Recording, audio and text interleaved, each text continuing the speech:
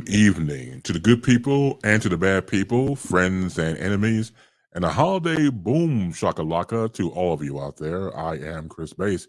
This is our annual Chris Bass Salt Bastard holiday party. It's a time honored tradition here as we sit back and have our favorite beverages, have our favorite foods, have our favorite everything, and talk about the holiday season and everything that is all holy and bright. And of course, I'll tell you the tale. When you gather around your device, it could be your computer, it could be your laptop, it could be your phone. I tell you the story of the salt bastard. So there we go with that.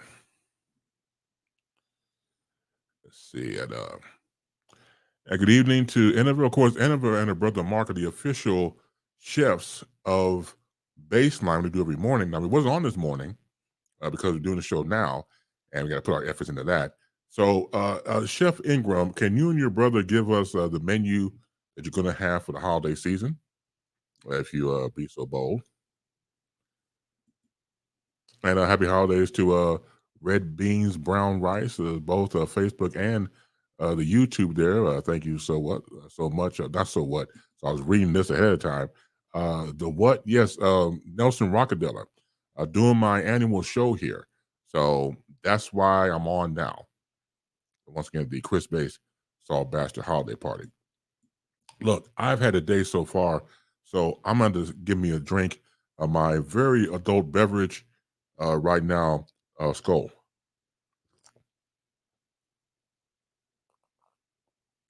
Oh,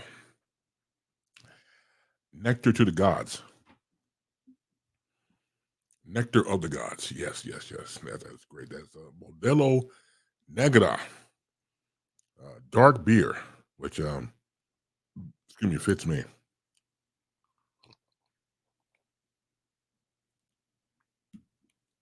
Oh, it's nice and cold too. So I will be belching. Up front. That's what happens when I drink beer. Pardon me. Usually I want to excuse myself, but this time it's the holiday season.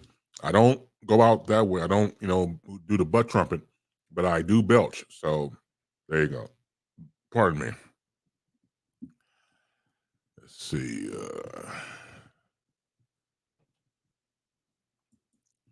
What's up, Sig Diggy? Good morning, good afternoon, good evening, and good night. Thank you for being here.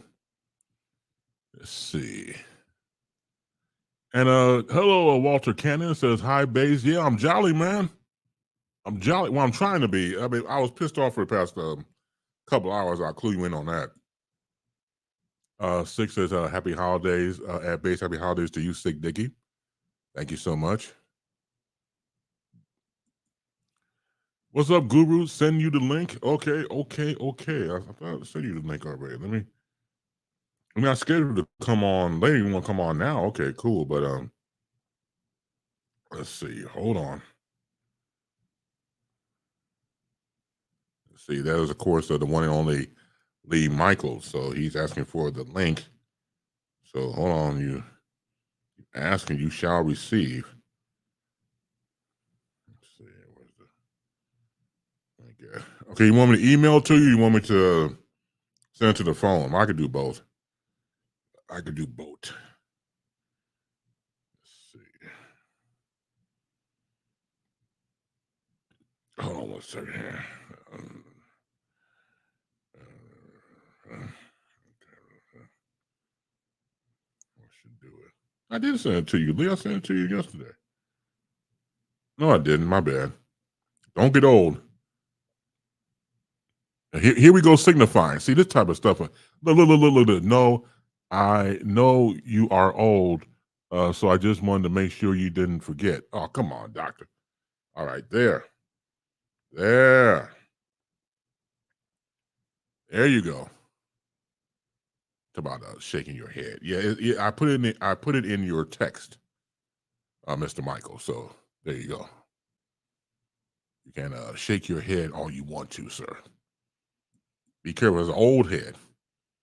Can't shake your old head too much because it will fall off. Oh, hell. Let's see. Let's see what else we got here. Once again, thank you all for being a part of the festivities. What's up, D. Curtis? Just ran into your brother Delvin today. Good evening, Bass. Merry Christmas, happy Festivus. That's right, happy Festivus for the rest of us. That's right. What do you say? Yeah, full body. Yeah, Lee. Yeah, exactly. Yeah, Lee. Let's see. Say hello to Mickey Delaney. How you doing, Mickey? Thank you for being here. Oh, so Lee got it. Okay, cool. Let's see. Okay, so here comes the menu from chefs Innova and Mark. Hold on, I'm make sure I see this. Okay. Dinner menu: honey baked ham, oyster bread dressing with white onions, yellow and green peppers, Creole rice, Creole shrimp, deviled eggs. Dessert: homemade lemon cake with lemon frosting with vanilla ice cream. And so again, the menu: honey baked ham, oyster bread dressing with white onions, yellow and green peppers, Creole rice, and Creole shrimp deviled eggs. With dessert: homemade lemon cake with lemon frosting with vanilla ice cream. Oh yeah. And happy holidays to you. Yeah, that's y'all. Look, the England's going to get down, Doc. They really do. And once again, happy holidays to everybody out there. Omar, happy holidays to you too as well. And thank you for being a part of the festivities. Now, knowing this show was going to start, of course, I mean, I put it there, of course, at 6 o'clock p.m. Central Standard Time. So I have enough time to get ready. So I figure I have my favorite food. Now, my favorite food is pizza. So I ordered a deep dish pizza and it has not gotten here yet. And I put in the order 5 minutes to 3 p.m. And now it's what, 6:37 p.m. and it ain't here. Now I did call and unbeknownst to all of us here in Chicago, got this big thick fog that is going throughout the city, and it's like I say, thick as pea soup, and people out there losing their minds and not driving right, and some instances is down to a crawl. So I got to sit back and wait for my food to arrive. I have my beverage here, so I got to keep my phone on sound wise, because as soon as the person gets here, I have to remove myself and then get the pizza and then go from there. Yep. Let's see.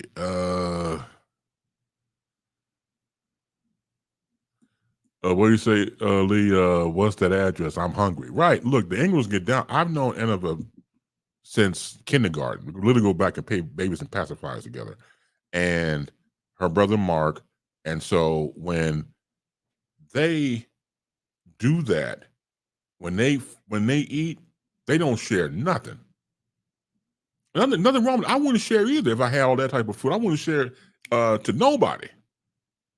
And so I figured I was a good friend of the family that maybe I might be invited. And they politely tell me, well, we'll see. No. It's like we ain't inviting that Negro over for nothing. We eat all this food. It belongs to us. So let's say about the Ingrams, they put up that menu. I gain weight just by reading it. It's just that simple. Let's see. 6 says, hopefully people have their reflective vest on. I hope so. Look, you know how it is. When people start to drive in inclement weather, they lose their minds or lose what's left of their skulls. So they drive erratic. And then you have to drive defensively from that position. So it's a sticky wicket, but what can I say? Yeah. So it's been one of those days so far. Now, mind you, once again, 2:55 p.m. So I got ahead of time to make sure we get here so I can sit here and eat and drink. But look, I don't mind the drinking now. Don't get me started. I'll take the drink. Oh, again, nectar of the gods. Tis good. So last time I would do this, last year, I noticed my beer was getting warm. So I would have it out. This time, I have it in a bowl of ice. The other few bottles that I have, so I could keep it cool. In fact, I'll just put some ice cubes in the beer there, keep it nice and cold. As we go to the Salt Bastard holiday line, ladies and gentlemen, put your hands together for Chef Enova Ingram. Enova, how you doing? Hey, happy holidays, Chris. Happy holidays. How you doing? I'm doing well, doing a little better, thank you. Good. I'm glad you're doing better. Yeah, dinner was awesome. Now, did you eat already, or you eating? Yeah, we ate. You Yeah, ate we already. ate. Okay, I know we you ate did because earlier. look, my friend Lee, who's my guru and a radio legend, Lee Michaels, he's out west, and you got him hungry. Well, hey now. Exactly. But we are going to invite you one day, and you're going to tell the people for real that you like. I've had the Ingram's cooking, and who knows what 2024 gonna bring? Come on now. Well, I'll be honored. Existent. Look, I'll be honored to eat. I wouldn't eat that whole day, so my stomach be nice and empty to a degree, and walk in with my bib on and get down with the get down. So that's gonna be great. Yeah, so we're gonna have dessert a little bit later. So yeah, that's all right. Mm-hmm. Yeah, good for you. But Mark's he's watching football, so it's football season. So I was working around that. Oh, I know. Look, Mark is deep into everything. Mark's deep into football. He's deep into Star Trek. Yeah, I know how he operates. So it's hard to have a conversation with him. He's all in. Yeah. So, but I just want to stop by Base Nation, wish everybody a happy holidays and stay safe out there because, Chatham has a lot going on. And lately I've been hearing gunshots and stuff. I said, wait a minute, is that gunshots? That's not firecrackers, that's gunshots. So just be safe out there, people. Be aware of your surroundings. Yes. Never had to worry about that in Chatham back in the day. Never had to worry about that. No. The times have changed, and people are still crazy. Yeah. They're just crazier. They are. There's always been crazy people, but you're right. The craziness has taken to a whole new level, which we do not like. So you're absolutely right, and correcting your assessment about know your surroundings. Real quick before you take off, my man Jed has a heart by your name. What's up, Jed? Thank you for being here as always. So he acknowledges you. Also, Full Body Frequency says, hey, Enova, to you as well. Hey, thanks everybody. Appreciate the love. Yeah, absolutely. And hopefully, like I said, 2024, hopefully we should have you over. And and I hope you enjoy the food because I know we do. Oh, and I'm drinking tonight red wine. Oh, nice. Hawk. Yeah, I got it. As a birthday present from one of my cousins. Mm-hmm. He took me out there for a belated birthday dinner, and drinking red wine, nice and chilled. Yeah, beautiful. That's what I'm talking about. Oh, real quick. So Full Body Frequency, Laura Rice, when you know that was her. So she's Full Body Frequency. So she's saying hello to you for the festive holiday season. Okay, yeah. All righty. Awesome. Cool. But yeah, red wine. Just nice. Just something to chill. Yeah. So, stay positive, and let's just keep everybody, safe out there. Okay. Absolutely. Enova, thank you so much for being a part of the show and being my friend in general. Happy holidays to you and your brother Mark. And also to your friend Walter, you're not old, sweetie. You're handsomely seasoned. Okay. Hello. You better watch it. Somebody will come after his butt. Look, would you please go after his butt and other body parts you would want to? I mean, please. You can talk to Walter off the show, and y'all can make a love connection. Because he has two. Thank you. Thank you. Okay, but just in case, okay, you have somebody. Just in case your man is acting up, and you want to change. I like him young. Okay. I Oh, like 'em young. young. I'm sorry. I'm sorry. You don't qualify. You don't qualify. I'm sorry. I'm I was just trying I'm to a do. cougar, baby. I'm a cougar. You're a cougar. Okay, Hello. great. Okay, you robbing the cradle and stuff. Okay, well look, I ain't mad at look. If he's not a good 45, I'm not trying to talk to him. Nope. Okay, real quick before you go, since you let out of the bag that you like them, young and firm. How young we're talking about here? 45. 45. He's 45 and he's 6'6" in height. Okay, well, good for you. I like him tall. Yeah, tall. Okay. And he's I like a teddy bear man. So yeah. Mm-hmm. I don't like them little skinny men. I like a man that got some meat. Okay. Hey. Yeah, but he's a sweetheart, and it's holidays, as they say, it's cuddle season. So they caught me on that one. So yeah. I see. Hank, see, he's a chef too. Hold on. So you bringing out these cougars now, and I can't have that here. Yeah, on this program. a chef. He's a chef. So full body frequency. Chef, Laura says the Cougars of the world unite. So. Oh my God. Yeah. See what you started. Yeah, but he's a chef. My friend's a chef. So I'm very excited about that. And I think it's sexy when a man cooks. You should be excited. You should be excited. He should be excited too. The man's 45 years old. I know he can get down. That's the reason why he got him in the first place. Oh yeah. He's a sweetheart though. Okay. Well, good for you. Yeah, like I said, but Walter better cool out because you are a very handsome, seasoned man, and you got it going on. You hear that, Walter? She says you're a seasoned Negro, and that you're a very handsome man. I'm talking about you. Who, me? Don't twist it. I'm talking about Christopher. Oh, I thought you was. Get it twisted. I thought you was talking about Walter. Walter, he's all right. Oh, okay. He's all right, but I'm talking about you. Because he was talking about you being an old man. Come on now. Oh, well, I am old. I can sit here in front, but I think you're not that old. We're the same age. I'm old enough. Yes, I know you're seasoned.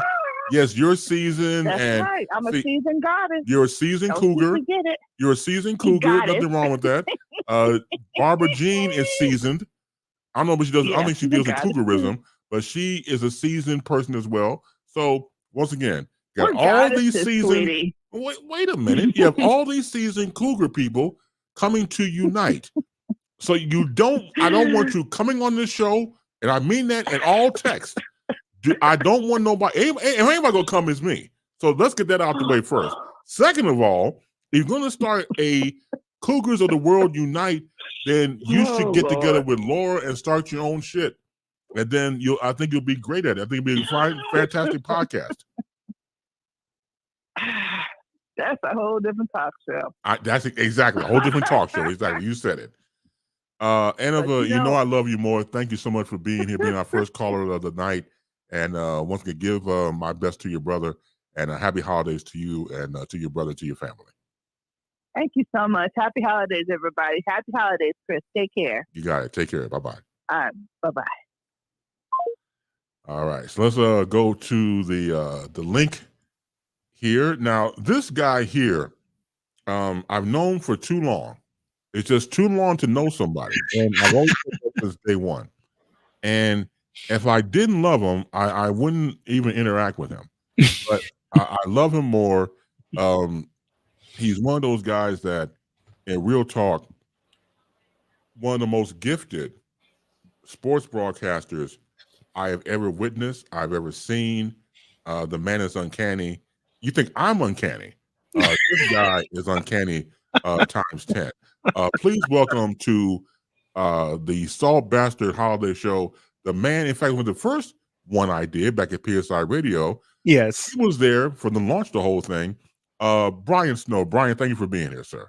I love you, Bass. I had to chime in for a little bit tonight. So thanks for having me. I appreciate it.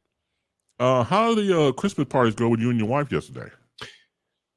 Well, they started at 10 a.m. and we didn't get home until 6. So okay. Yeah, we had a great time. It was a great time. Good. I'm sorry. Hang on. I got to get these comments. from the last. You heard, Annabelle Ingram. She's Yes. out here Yes. cougering. Which I had no idea. Hey, Barbara Jean ain't no cougar. At least we got one. Right. That's good. So that's fantastic. And full body frequency. That's Laura Chris says. is such a hater. I'm not a hater. Chris is never. Chris is never a hater. Look, let me tell you something. Whoever you do it with, God bless your ministries. I'm happy you're getting some. I'm happy for you. You have no idea. It makes me fleet of foot to realize that somebody's doing some fuddy yucking. It makes me feel great. If somebody's doing the mattress mambo, I'm happy for them. Mm-hmm. That is great. I'm not a hater. Don't get it twisted. I'm not a hater. I just want to let you know that all this cougaring here on this program would not be tolerated. Now you go start your own shit and start your own Cougars Unite with our legs spread wide open for America to see and beyond. That's different. That's different. It is different. Yeah. Annava types, hey Brian, how are you doing? Annava, I am doing fabulous. Thanks for asking. Good. Man. And you wonder why I love you so much. You could just come up with this like at the snap of a finger. Oh, I mean, we did Chicago State games together, and someone had a slam dunk, and all of a sudden I hear Chris go, "Nice!" And I tried my best not to laugh after hearing that. Well, Brian, how it is, Brian? We talked about this before. Yep. Let me bring our other cohort. This gentleman works with Brian, and once again, I've grown to love and admire as my brother.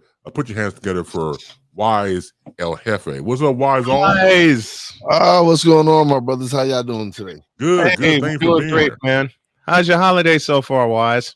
It's good. I gotta work, so really ain't. I get that. I'm working myself. I just checked on my wife to make sure she's okay, and she's all right. I brought her dinner, and she was playing a game, and one of the kittens, Winnie, and Wise, you've seen Winnie on camera with me.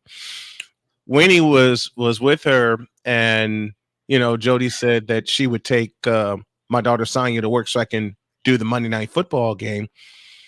And then she tried to turn Winnie against me and said, "Look, if she's not looking at you, then she doesn't believe your bribe either." Then, of course, she was joking around about the bribe and all that. And Winnie was asleep. She wasn't looking at anybody. Winnie was asleep. But I have to shout out my beautiful wife, Jody. I mean, she's been there for me since day one. She's gone through all of my my health problems with me, including the recent one where my kidney was failing. But they stuffed me full of fluids. They saw the improvement. And now I drink about 4 of these a day full of ice water to make sure I stay hydrated, because a lot of folks know I went through pancreatic cancer, stage 4, had an operation and beat it. And Wise, I got to throw you some flowers, because that was the day you and Cole connected and were on the air for the first time, because you sat in for me for the month and a half that I was out. I love you, brother, for that. I love you for being part of the team. And Bass, I love you. I am just so blessed to be around you, brothers, and learn from you, continue to learn from you guys, and continue to connect with you guys. It is such a pleasure and an honor. Well, I'm the rookie out of everyone. Like I'm the one with least experience, right? So for me, it's been nothing but like, as far as my podcast and professionally and everything, like this has been my best year. Like being able to do mentality, the way it's stuck in my mind is growing. Doing Snowman in the morning, doing Bobby J and Wise. It's like I'm creating so much. I'm creating some really good content. I'm getting to learn from one of the best that does it in Cole Johnson. So I get to check out Bass, see what Bass does, and learn from what Bass is doing, because Bass is one of a kind. Ain't no one else like Bass. Will be. I stay checking out Bass. Like whenever Bass comes on and I get a notification, I'm in the chat. I'm there. Leaving a message. I'm there. So am I. Man, Bass and I's partnership began back at PSI Radio, and Bass said this on Friday's show. The Similac behind my ears, and I can say this aloud now, was like all the way out there like a migraine headache. And Bass just reined me in and said, "Look, I know you got the skill, man. I know you got the will, man, but you got to get the skill. And the Similac mind behind your ears, you got to cut that out." He just looked me dead in the eye and said, "You got to cut that out." So the next day I came in and I was a little more calm. I was still excited as hell, but I learned from Bass how to rein it in and focus and get ready for the show at hand. And it took some work. I will tell y'all, it took some work. Now, let me tell you something, man. Wise, you know, Brian's like 6'15", and you can't miss him.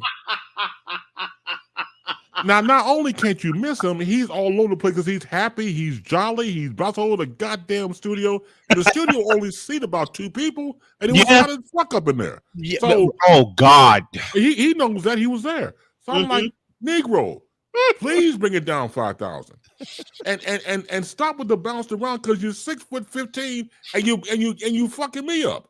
And I put a hole in the ceiling. Dude, I'm like, dude, we can't have that. Just bring it down 5,000. Everything will be great, and you'll eventually get there. But man, you just okay. I'm like, okay, Negro. I was gone. You gotta bring it down. So, like I said, real quick, he was the little brother I never wanted. I never wanted. So it's like if your parents say, "All right, Chris, take Brian to the store." Shit, I can take this motherfucker to the store with me, man. Come on, man. So I heard it's BYOB, right? Yes, it is. Yes. Okay. I just wanted to make sure.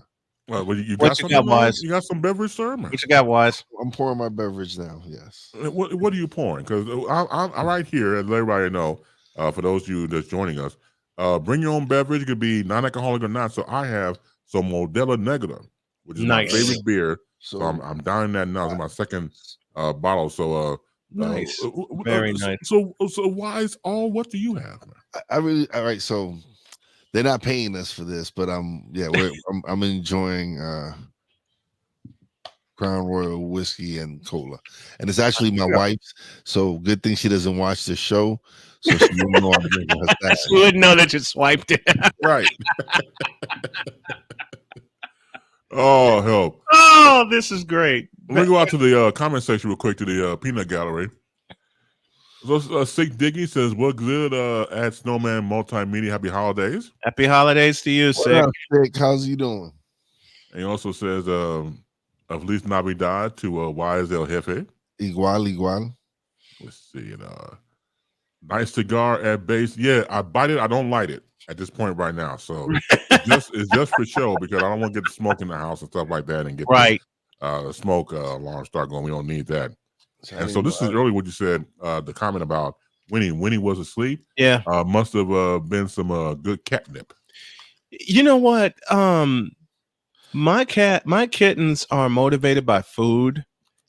So they turn to Jody like for most of the snuggles, except Binks. Binks attached himself to both of us. Pumpkin is more attached to me. Winnie was attached to me, but then we changed a couple of rooms around, and now Winnie's just familiar with where Mama is, and that's where she hangs out. But when they go out at night and we get ready to get started with our day in the morning, they all come charging in. Especially if we put all three of them out for the night, They all come charging in and they go right to the spot where the food is. And they're like, hey, and you can just hear Winnie a mile away, just saying, bring me food. So my kittens are very food motivated. My dog is the same way.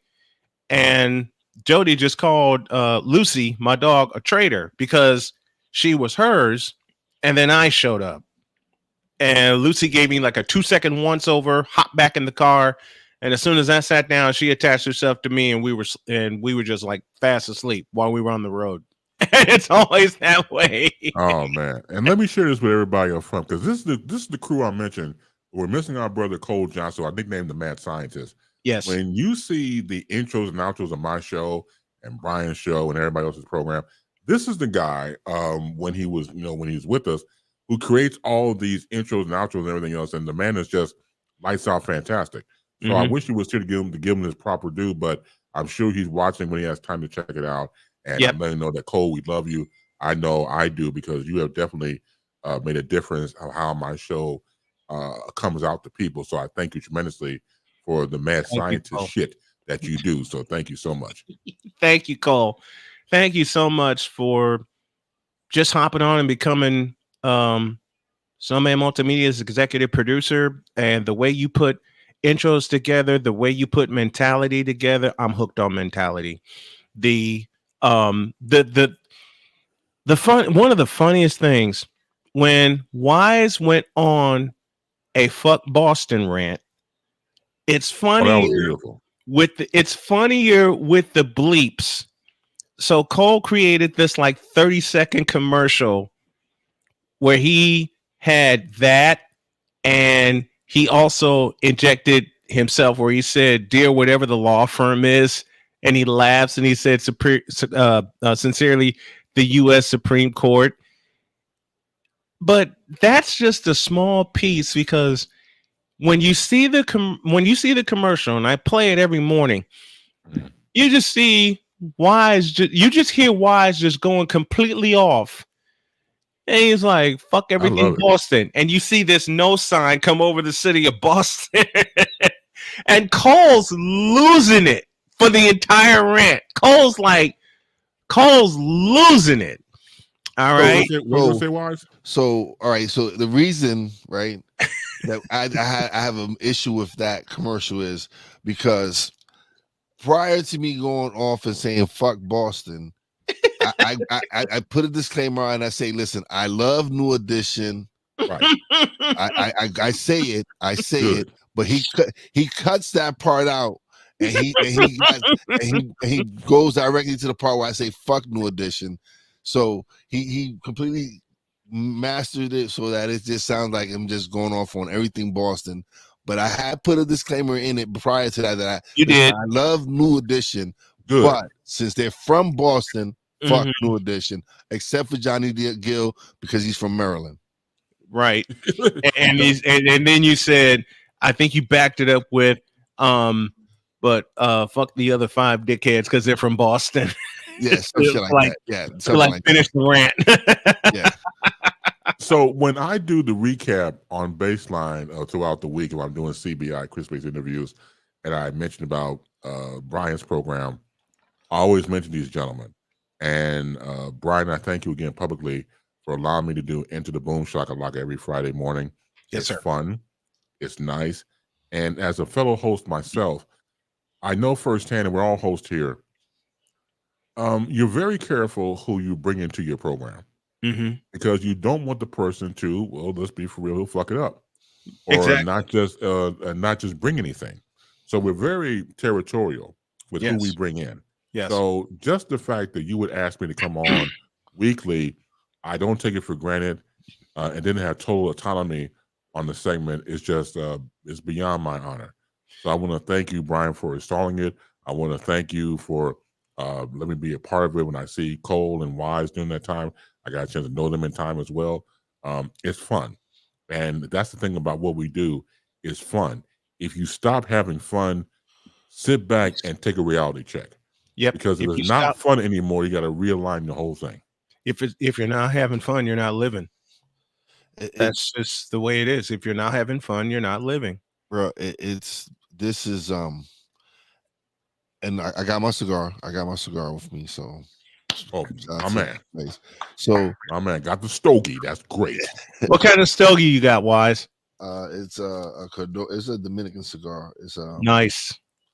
So, no, it's been an honor to be able to work with you guys. And again, shout out to Cole Johnson because of Cole Johnson and his talents, it's helped me take stuck in my mind to another level with the way he helps me structure that.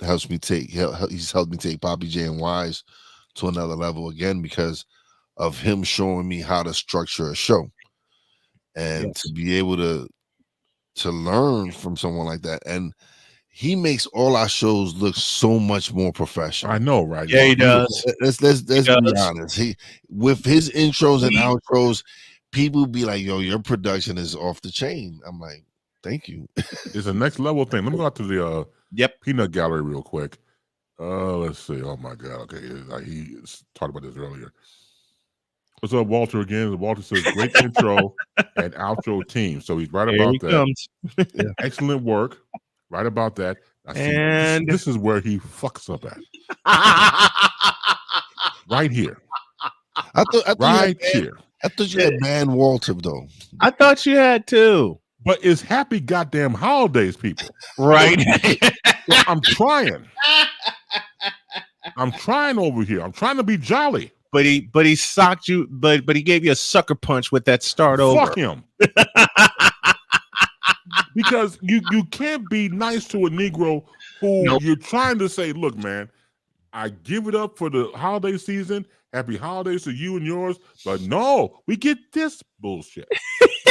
You know what I'm saying? And it doesn't have to be. It doesn't have to be. You can't put your shit yeah, go ahead. Honestly, this is like when you do this segment with Walter, it to me is one of the funniest. Man, I'm glad you're enjoying it because I don't give a fuck about it. Whenever you and Walter happy about it because it makes no goddamn sense. It doesn't. But whenever you and Walter go back and forth, and I've caught it's magic. I am on the floor laughing every time you get the start over and Bass just like launches and he loses it, and it's so hilarious every time. It makes no goddamn sense. Yes, it doesn't. Okay, here his ass coming up now. He's calling, motherfucker. He's calling right now. He's calling? He's calling right now. Watch this. Oh no. Merry Christmas, motherfucker.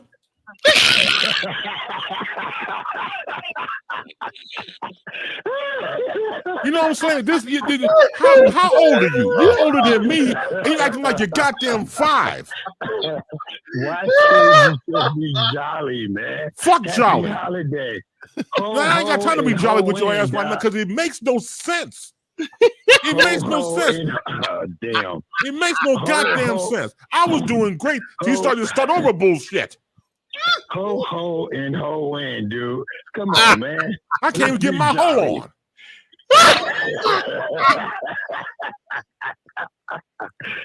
It makes no sense. I mean, Negro, you're in the same industry as I am and the people on this panel. You're in the same damn industry. No, don't give me no fucking mama. Apology. I know why. Don't sorry, mama me.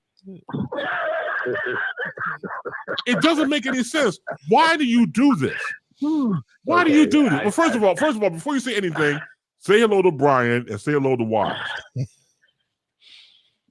Hello, Walter. Hey, look, man, I'm just coming in. Will you guys start over from the beginning on what you guys first did to talk, please? Hey, brother. Happy holidays, you guys. You guys doing some good work. Happy holidays, man. Happy holidays to you. All right. Later, Doc. I met some motherfuckers in my day. But he is the motherfucker of all motherfuckers. Thank you, George Carlin, and thank you, Richard Pryor. I mean it sincerely. The motherfucker of all motherfuckers. The prime, the head. Yes. It makes no sense to behave in this pattern. You know what I'm saying? And once again, he made Jesus come off the cross during this time of year. It doesn't make any sense. I know it's Easter and everything else. I know he's born and everything else, and we can get all this discussion about that. It wasn't December 25th. I understand all that. But if you see Christ on the cross, Walter Cannon will make him come off of it. He said he made Christ come off the cross. Yes. Because it doesn't make any sense. No. It's like, why are you behaving this way? And he does it every time. He does it. There's not been an episode that I've tuned into of Baseline where you don't get a start over. Now, to Not his credit, one. he had stopped for a while. I give him credit for that. That was you can't tell me there's no God. I had peace Yes. during my show for a while. I had peace on earth, goodwill towards me, not Yes. men, me. Me. I had peace towards me. Yes. When he stopped doing that start over bullshit, I had peace. It was wonderful. It was peaceful. Yes, it was. But then I guess he figured he'd crank it up and become Negro Night and just start the whole thing all over again. Well, let's go out to the comment section for the Peanut Gallery. Oh my God, man. I was doing all my time. Another brother in broadcasting. Vincent says, my brother in broadcasting, happy holidays to you and your family. Happy holidays to you and yours. Thank you for being here. Another brother in broadcasting. Lamont says, salute. Happy holidays. Happy holidays to you too. Happy holidays, Lamont. Let's see. Barbara Jean, he craves attention. Yeah, he craves White Castles. He craves something that I can't put my finger on. It could be the attention too, but it's just getting tiring. He said he craves White Castle. He craves White Castles, yeah. I'm here where I live at. We don't have a White Castle, so it sucks. Thank you. It was surprising that we found a White Castle here, and Jody surprised me one night because I live in small town Indiana, an hour away from Indianapolis and an hour and a half away from Louisville. One night, Jody walks in with this White Castle bag, and I'm going, "What? What?" And she says, "I found one in Columbus." Paid for it the next day, but we tore into that bag. Look, hey man, look, I go to it if I'm backed up. I ain't sitting in front. Now, if I'm backed up like traffic, and give me some sliders. This is why they call sliders in the first place. Yep. And you go for broke. Let's see who's also in the comment section this festive holiday season. What's up, Hassan? He says, "What's in your cup glass, y'all?" Now, you got water. Whiskey Brian, you and got cola. water. And what you got? Why? Tell me again what you got in there. Whiskey and cola. Whiskey and cola. I need to get a refill of my Modelo Negro. So that's where I am right now. I like Modelo Negro. I like those when they're nice and cold. It's delicious. Yeah, you're right. It's smooth, Doc. Yeah. Hey, Lisa. Lisa's in the peanut gallery now. Oh yeah, Lena. Let's see. Lee says White Castle suck. Of course they suck. Yeah. Of course, we sitting here, but it's good for the when you back up. Yes. Let's just call it the way we see it. It's exactly power movements. And Lisa London. Lisa says the Salt Bastard holiday body shenanigans has begun. Happy holidays, Base Nation. Happy holidays to you. Happy holidays, Lisa. Yeah, Lisa comes on here and starts the whole Base Nation thing, and I love her for that. So thank you for being a part. And once again, Lisa London, a broadcaster on right.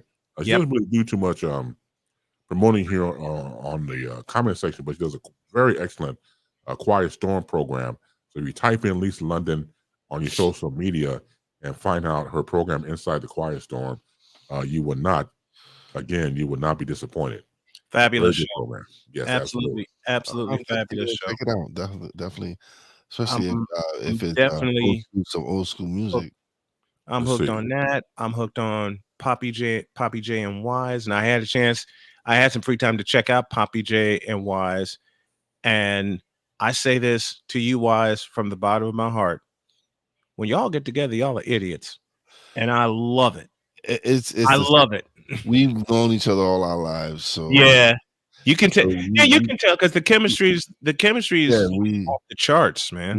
We know each other, but you know what it is? It's again, it's the mastermind, man. Like learning from him and Mhm. learning how to control a show Yep. is because of him. It's because he's shown me how. All right, this is like what he does with me in Mentality. Like Mhm.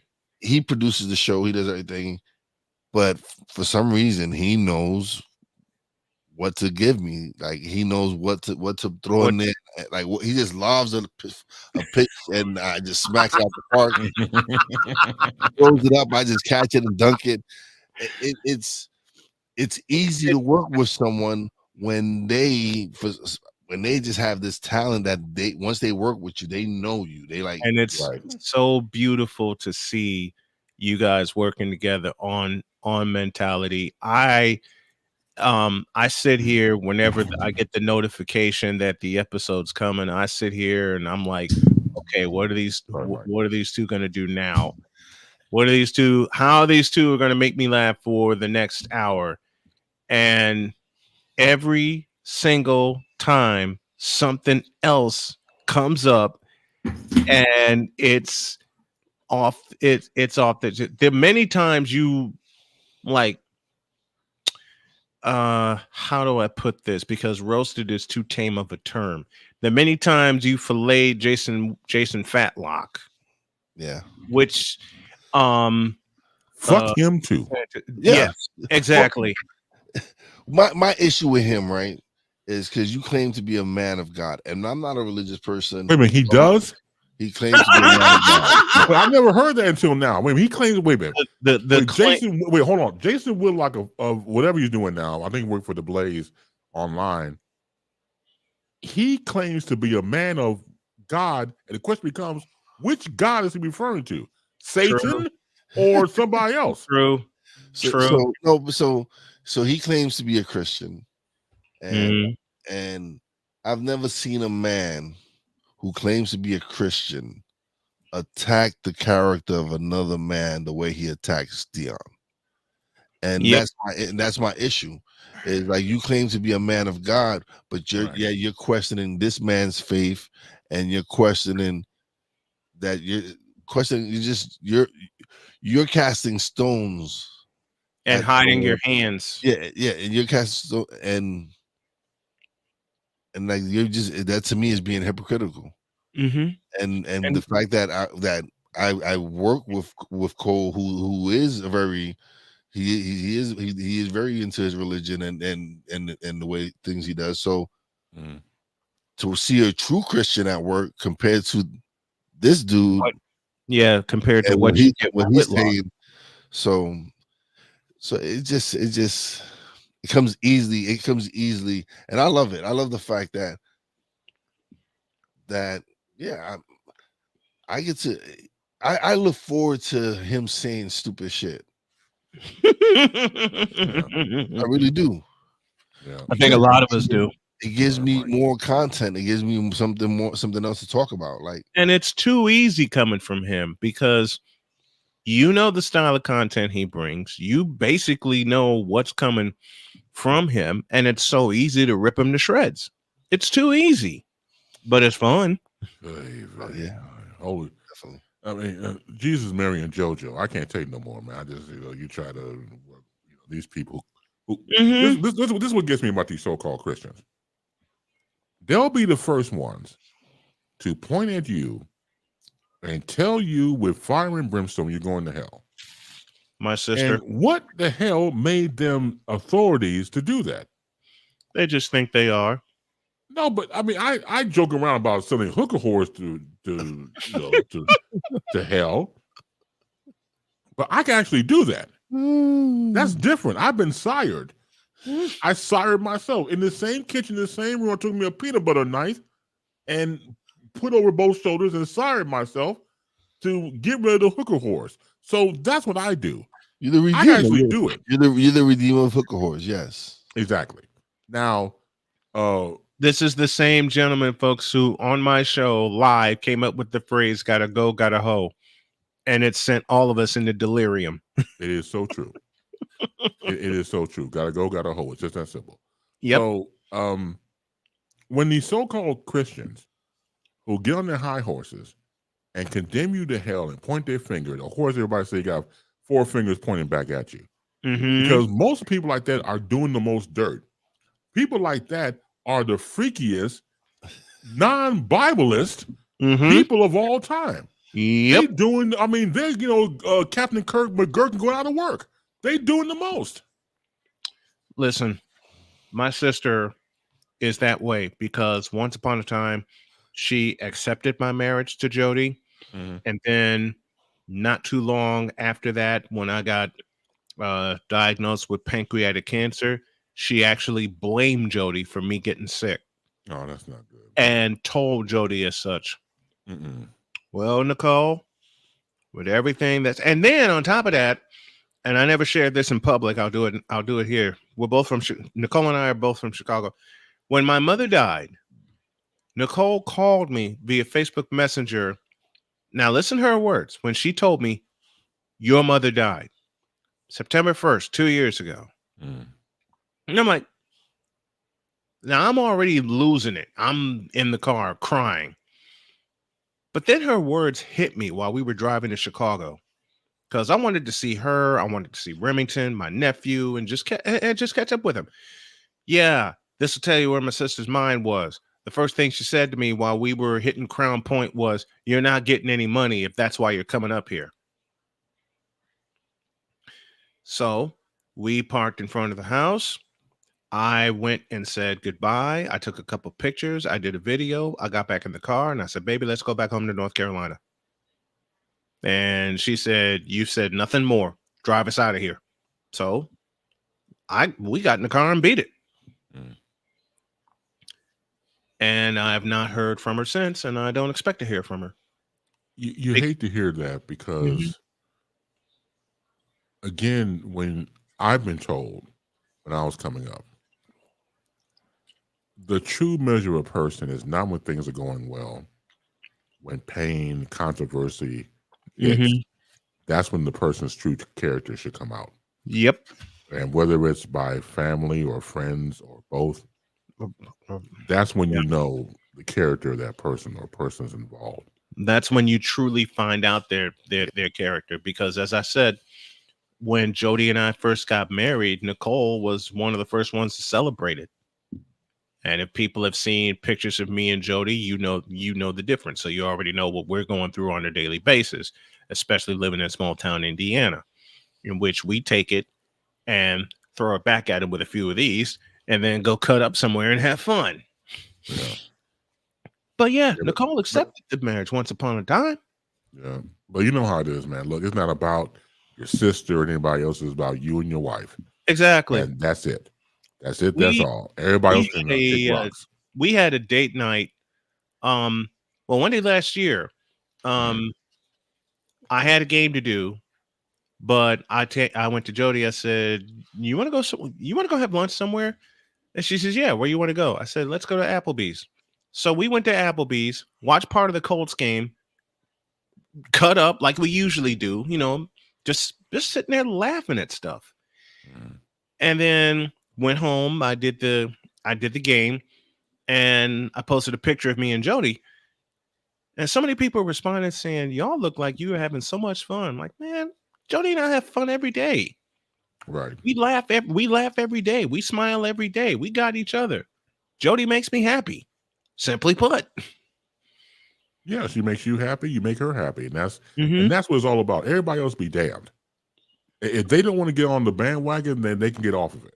Because at the end of a proverbial day, as everybody uses, it's about you and Jody, and that's it. Everybody will get on board and respect it and love it, and that's cool. If not, later for them. Let's go back to the peanut gallery here. Hassan said, "I get my semi-monthly colon blow. I'm going to White Castle. It keeps the brother regular for show." He got that right. Yeah, he get cleaned out very quickly. Yep. What's up to my brother in broadcasting, Nelson Rockadelli says, "Happy holidays, my brothers. Brother Bass, are you getting on stage to perform your classic comedy set?" He's been trying to get me to do stand-up comedy, which I refuse to do because I'm scared. Right. Pretty much. I don't want to get up there and then fucking bomb. Mhm. I don't consider myself funny in that way. I might have a wit, but I don't consider myself funny. I love comedians. I love what they do. I think what they do is an art form.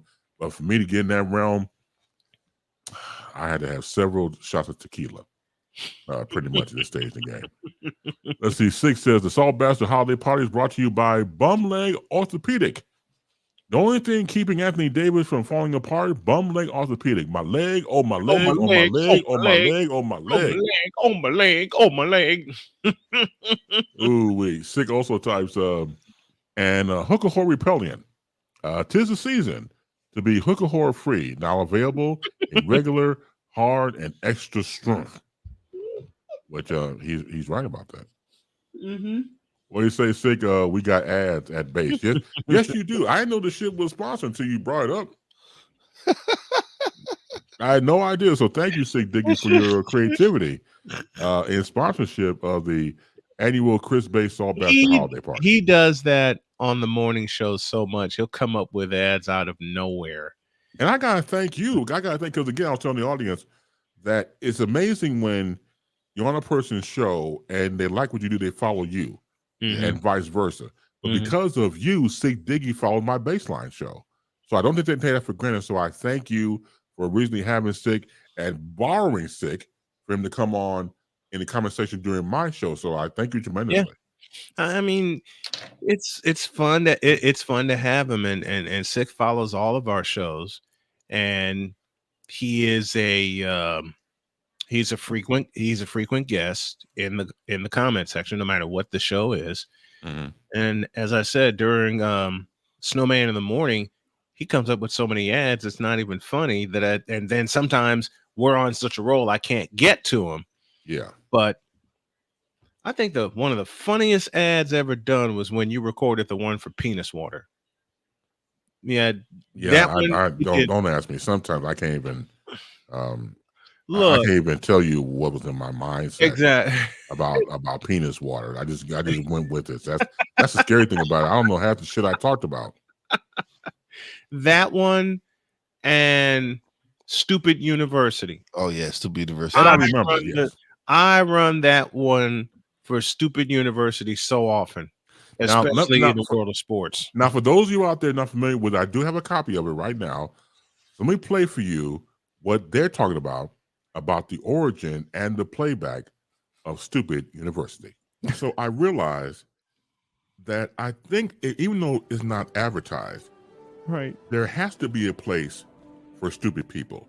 We don't know because we're not stupid, so we don't know anything about it. It's like a secret club society. Oh my gosh. So I come to the conclusion that he graduated from SU, Stupid University. Yeah, all the stupid ass letters that go along with graduating high honors of being stupid. I can't do no more, man. Vámonos, dominos, vámonos. Stupid University, where everyone graduates. Magna cum stupid. That's a commercial I run often. The voice you heard was our brother Cole Johnson, the math scientist. Dude, stone cold genius. I don't use that word a lot, but he definitely is. Go back to the comment to the Peanuts Gallery here. What's up, Brittany? Brittany's one of my former students at Illinois Media School. Hello, says, Brittany. Happy holidays. Hello, Brittany. Hello, happy holidays to you too. Thank you for being here. Sick type, y'all still need me for Me Fi Me fraternity. However, yeah, Me Fi Me is a fraternity / sorority that I invented for males and females. So not just males, it's both. It's not both. It's BOAT, boat. For both male and female to be a part of. If you want to be a part of the fraternity / sorority, Me Fi Me. And so we gotta get an ad about that too. So let's see. Walter types what is it? Based because of the holiday show too. See, this is how dumb this motherfucker is. Now, you can't even complain. You can't even complete your own damn sentence. Again, this makes no sense. Based ... because the holiday show too. It only makes sense to him. It don't make sense to the rest of us out here in reality at all. It's like Bill Cosby said. I used to think that my father was an idiot because the man could not complete a full sentence.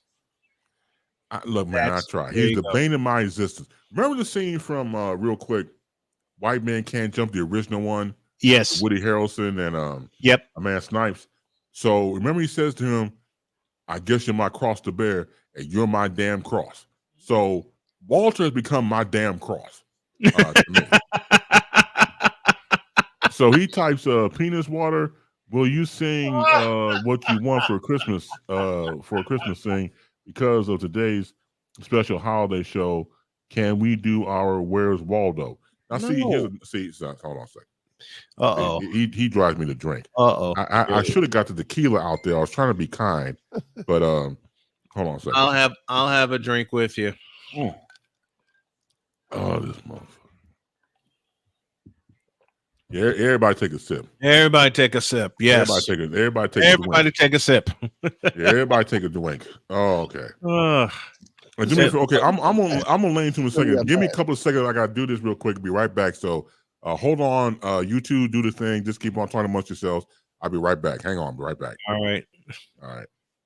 Good motherfucker. All right.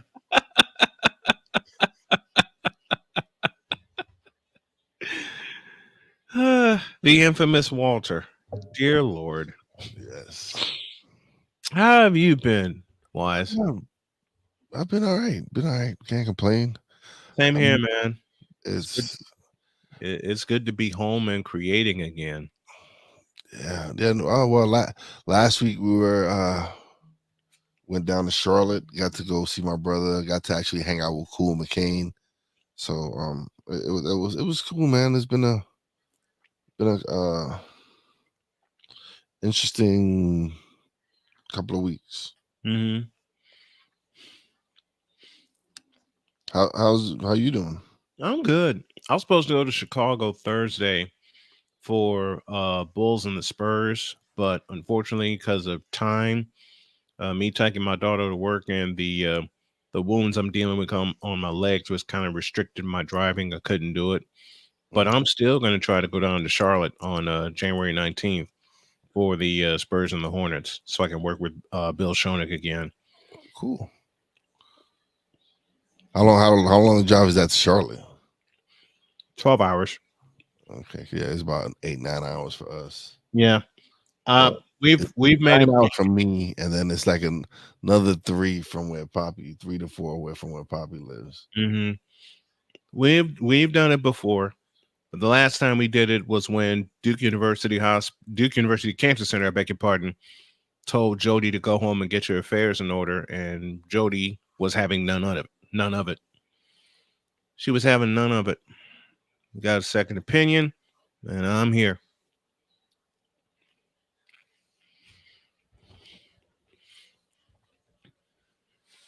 Okay, I'll tell you what, part of the thing I'm doing with the Snowman Stadium tour is I want to talk and motivate cancer patients after having gone through it, after having seen what it did to both my parents, having people I know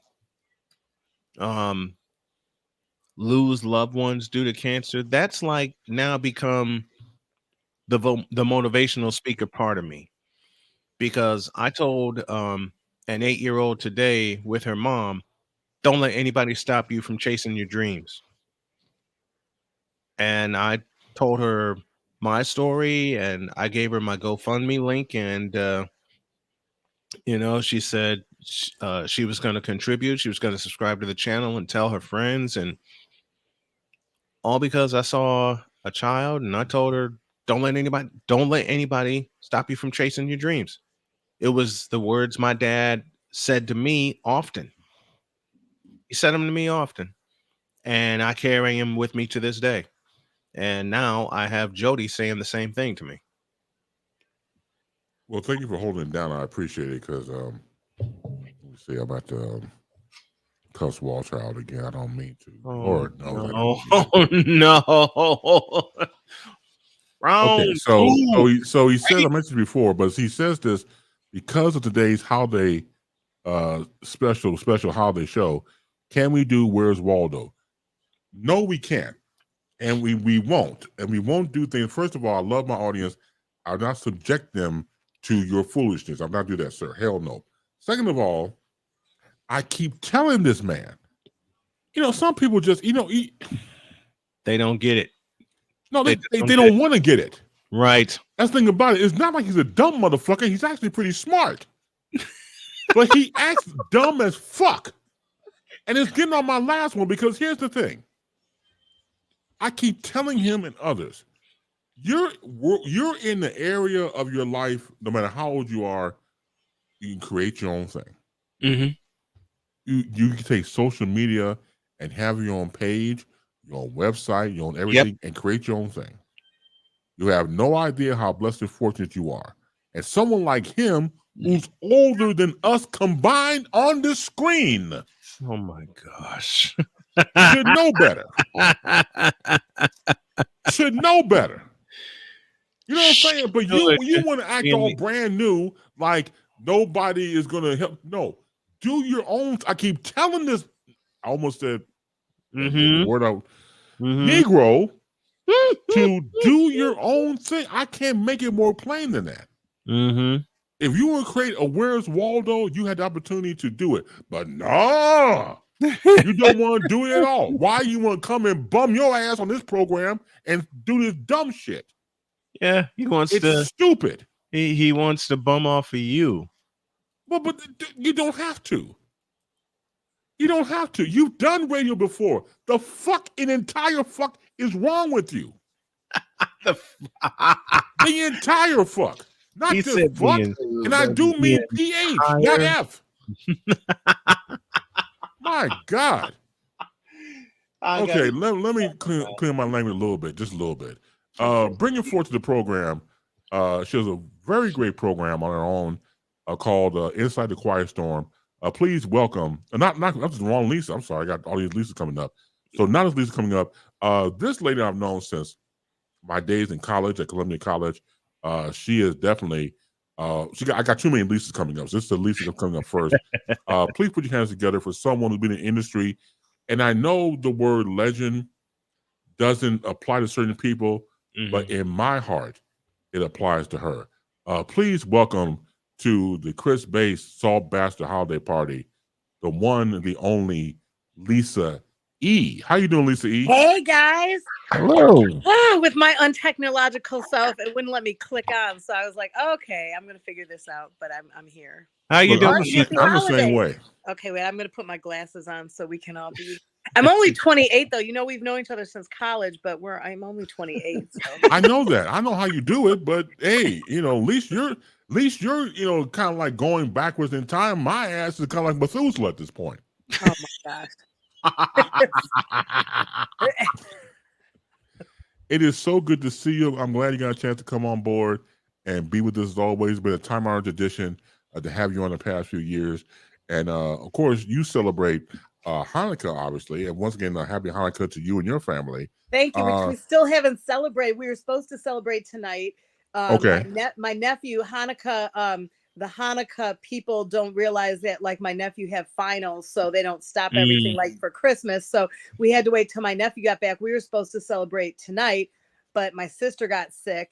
And so we literally postponed Hanukkah for like 2 weeks. So it's like January 4th now. So, but my niece and nephew are fine because they celebrate both. Their mother is not Jewish, so they have Christmas coming up. So they're going to get presents on top of presents. So they're excited. Good. Very good. Now, for someone who celebrates Hanukkah, are you cool over the years with, say, Adam Sandler with the Hanukkah song and Crazy Nights, stuff like that? Yeah, the only thing that I would say that is like, and it's funny because we were talking about, when, when people say Merry Christmas, because everybody, it's just like everybody, when you leave somewhere, people just, it's like an automatic thing. So I say it back, 95% of people have no clue that you don't celebrate it. So it's just kind of like a nice sentiment. But one of my friends she was saying, she's like, wow, that's so weird. Like if you weren't celebrating, what would people say? And so we did we walked around we were just shopping and we walked around. I said, Happy Hanukkah back to a couple people. And they Mhm. looked at me, and one lady is like, "Why would you say that to me?" And it's so funny because it's like a double standard. Like for me, it just goes with the territory. It's like, it's just a nice sentiment. It doesn't mean that like, I'm gonna have to pray down, pray and ask for some Hail Marys and stuff like that. So, but people are just the only thing the only thing I don't like is when people ask me every year when I watch, they're like, wait, Jewish people can watch like Rudolph the Red-Nosed Reindeer and Santa Claus, like because I watch them every year. Like Yeah. we're normal people. It's just a little Right. No, you're variation and not. stuff. Not compared to these assholes. No, you're not normal people at all. Well, true. That makes very no true. okay. And then, well, the only other thing too is when people do your group text, like especially my Mhm. friends that know I don't celebrate, and I'm gonna get like a million text messages, Merry Christmas. To most people, I just say it back. I'm like, or I'll say Happy Holidays. So, and I know it's just the sentiments behind it. So I don't take it any type of way, except Right. like, Mhm. But I think with certain people, at least over the years, they just don't feel comfortable, and they get uncomfortable, and they rather stay there than trying to learn. I'll share this with you because of Adam Sandler doing the Hanukkah song and talking about his Jewish background in various interviews. I started to learn more about the Jewish faith on my own, just going online or asking people who other Jewish faith how they feel about that and learn from right. that. So Yep. again, it depends on where you operate from. I think that again, if you consider, I don't know, people still won't be ignorant and say that, okay, well, they're not normal people, they're not from here, they're from Mars somewhere, and they don't subscribe to certain points like watching Rudolph the Red-Nosed Reindeer. If they watch that, all their Judaism goes away or some crap like Right. that. Like Right. Moses is Mhm. gonna come down and bop me on the right. It's like what? Like it's so stupid. But and it's funny because I'm probably the only Jewish person that doesn't like most of the foods. So that's where all my radio people come in. My mother used to make the latkes, the potato pancakes. She used to Yes. make them every year for Rick Party. Ramonski Love, my sister made it for Ramonski Love. Doug Banks, my mom would make her brisket and the potato cocoa, which I don't like any of it. But Doug would be on the air when we were at GCI, and Doug would be like, if anyone goes in the refrigerator and touches my brisket that Lisa's mom made, there's going to be consequences. It would be hilarious. He would literally make an announcement on the radio because he knew everybody, GCI would play throughout all the different departments. So he knew everybody would hear him on the air. So Doug was hilarious. So Good stuff. Let's go out to the comment section of the Peanut Gallery. Walter Kenneth says hello to you, Lisa E. Hey, Walter. Hey, Don't say happy hello. holidays. Don't fuck him. Okay, because we all taught together. I'm not going to even give them credit where I taught because I don't really like them. But Right. but I like you, Walter. Well, Walter and I worked together for a long time too. So Yes. Okay, you're the one. Okay, so we'll leave it at that. All right. No, he just gets on my nerves, man. I just I can't take him out. And once again, I was jolly. No, really. Before all this shit happened, I was a jolly motherfucker. I was jolly. And I don't get jolly all the time. You Right. know what I'm saying? But yet he came on board, just ruined everything. So I'm trying to get back into it. The more I drink this beer, I'll be great. is that what it? Oh, because I never even really hear you like messing with people. So you're always jolly usually. I try. I mean, I'm a jolly fat man. I mean, what can I say? I mean, I didn't say that. I just said you're. A jolly I say that because I'm fat. I'm just saying, but yeah, I'm a jolly fat man. I'm just saying that. No, but when like I said before, some people just make Christ come off the cross, and he's one of them. So that's all I'm saying. I mean, he knows what he does.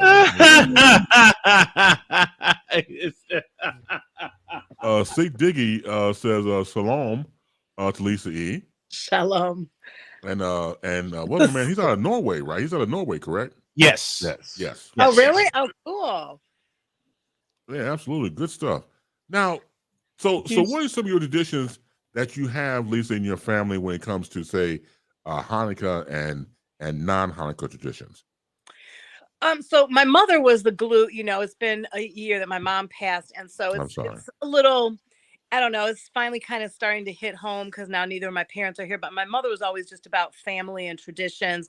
It wasn't like they're not the most religious people because people really don't go like on Christmas. People go to church. People on Hanukkah don't really go to temple or whatever. We have the lights, we have our menorah, and we sing prayers every night, and we light the menorah, because it was pretty much how it goes back from when they thought they only had enough oil to burn for one day and it burned for the 8 days. So it's kind of like it's the festival of lights. So that's where that came in. I think the presents probably happened because of Christmas. So we would get presents every single night. They weren't like, it's not like a TV every night. We would get like socks or something one of the nights. So by the time we started getting a little older, we were like, no, we want to open all the presents. Because I mean, who wants, if you're getting a pair of socks or underwear, it's like, that's not really a present to me. So we would open up all the presents after one night. And then, of course, when we were older, we would open the presents. There's a game that people call, it's like a top. It's called the dreidel game. Yes. Now, you guys might like it because that would be kind of cool to do. So you could gamble with that, But so you spin. Well, you spin the top, and there's 4 letters on there. There are 4 Hebrew letters. The letter Gimel, if you spin it, lands on that, you win all of the pot. And people could play with real money. Jewish people usually play with it's called Hanukkah gelt, which is Jewish word. It's like the chocolate coins that you play, the gold chocolate coins. And so you play for the coins. And then one of the letters, which is Hey, you get half of the pot. Then there's one called Nun, you get nothing. And the other one is Sheen, and you have to put one in the pot. And then when you start doubling up, and you have to start putting more in. So, and then it turns into like one of those kind of gambling things and talking smack and, getting into arguments with your family or friends. And it's fun because that's something, that would be kind of cool to bring to a party or something. Because everybody, that would be a fun industry thing to do. Just spin the dreidel, because people would be betting on that. So, hey, I might have just created something for one of the casinos.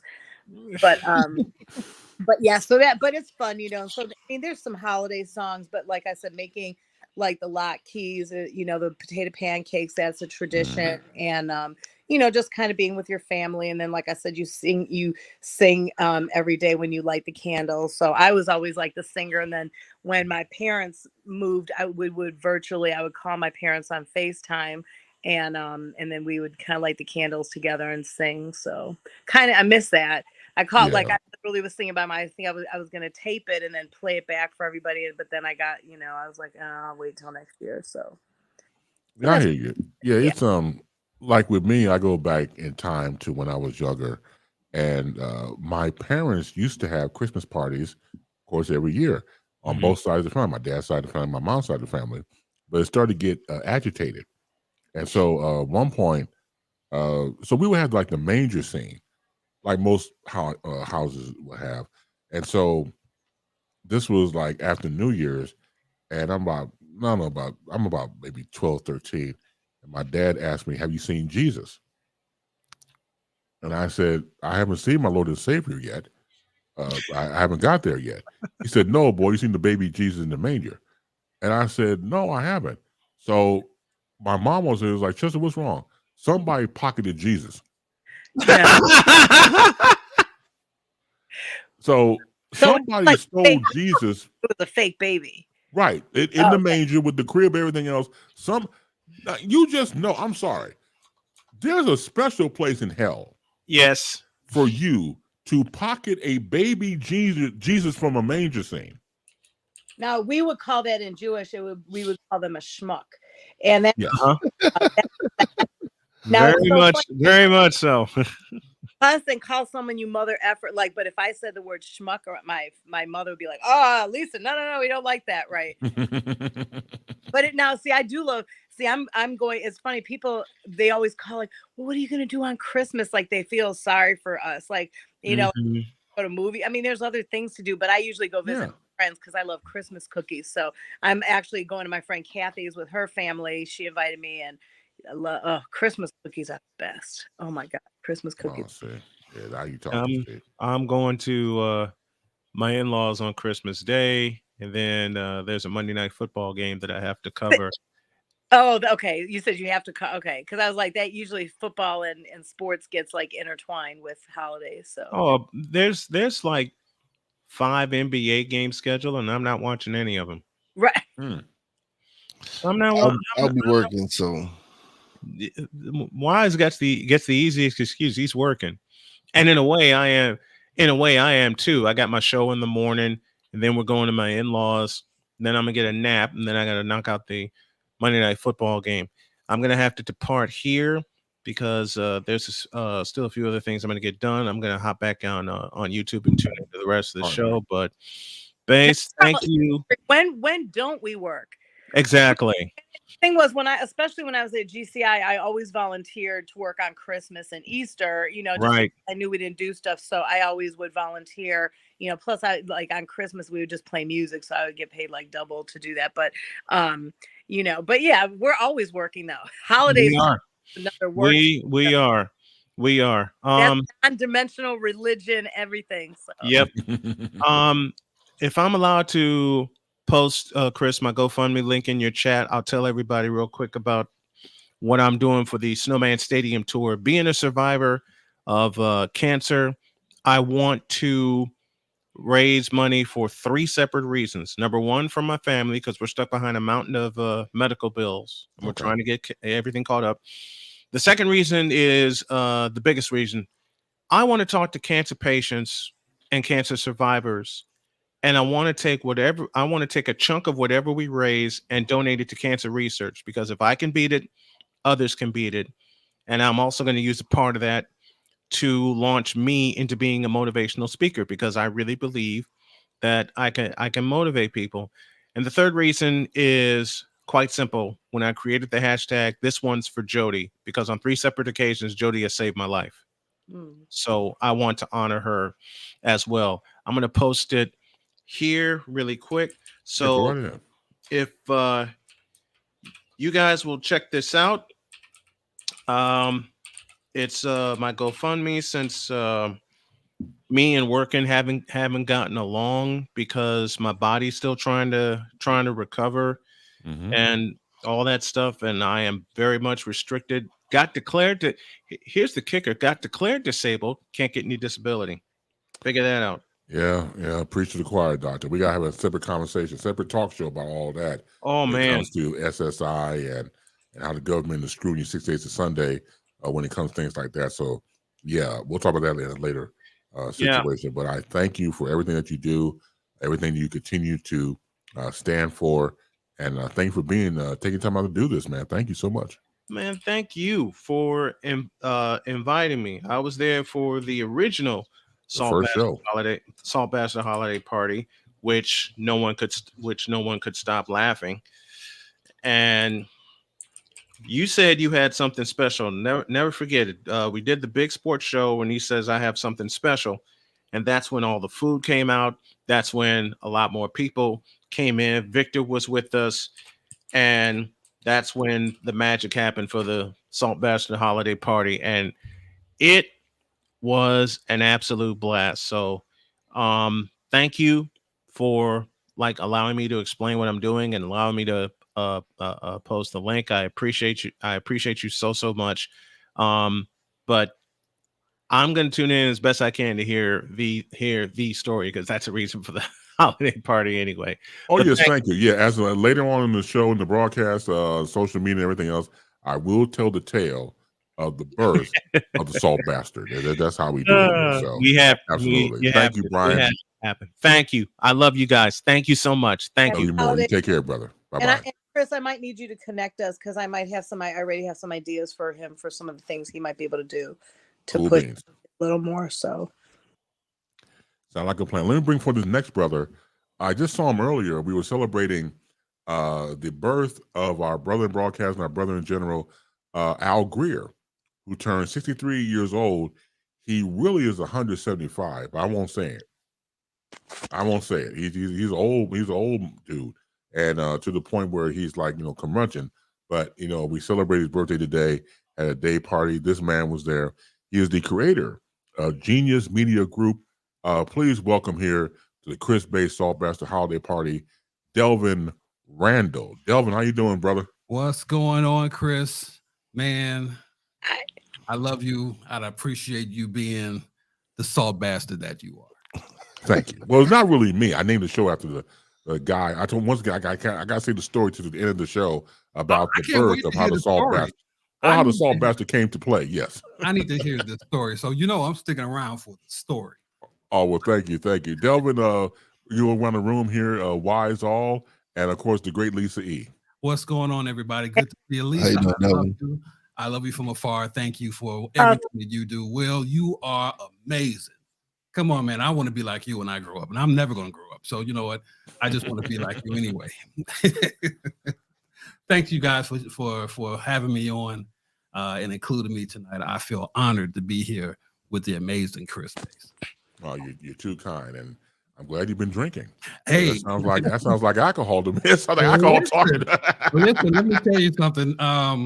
Yes, I've been mixing things all night, and see, that's dangerous. This is my favorite, of course. This is some Screwball peanut butter whiskey. Ooh, wow. It's called what now?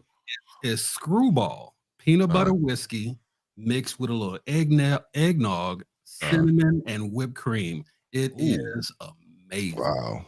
It is amazing. That sounds good. So it does cool though, man. Compared especially to my boring drink. Oh, you're all right. You're good. Oh no, you're fine because as soon as this is done, I might need to get my fire extinguisher. And wait, so does it taste like peanut butter at all? Yes, it is actually peanut butter. I found this. This is the bottle right here. Screwball. I don't know if you can see this or not. Screwball peanut butter whiskey. Wow. It is. I found this in Las Vegas, and I could not wait to find it in Chicago.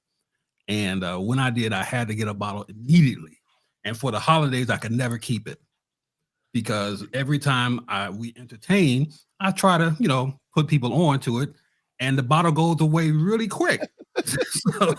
so mixing this with eggnog, it is the most amazing combination ever.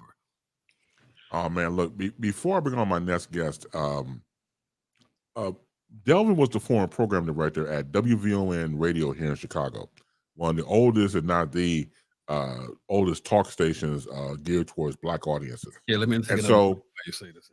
Yeah, I know. I'm just trying to be kind here, Bill. Anyway, okay.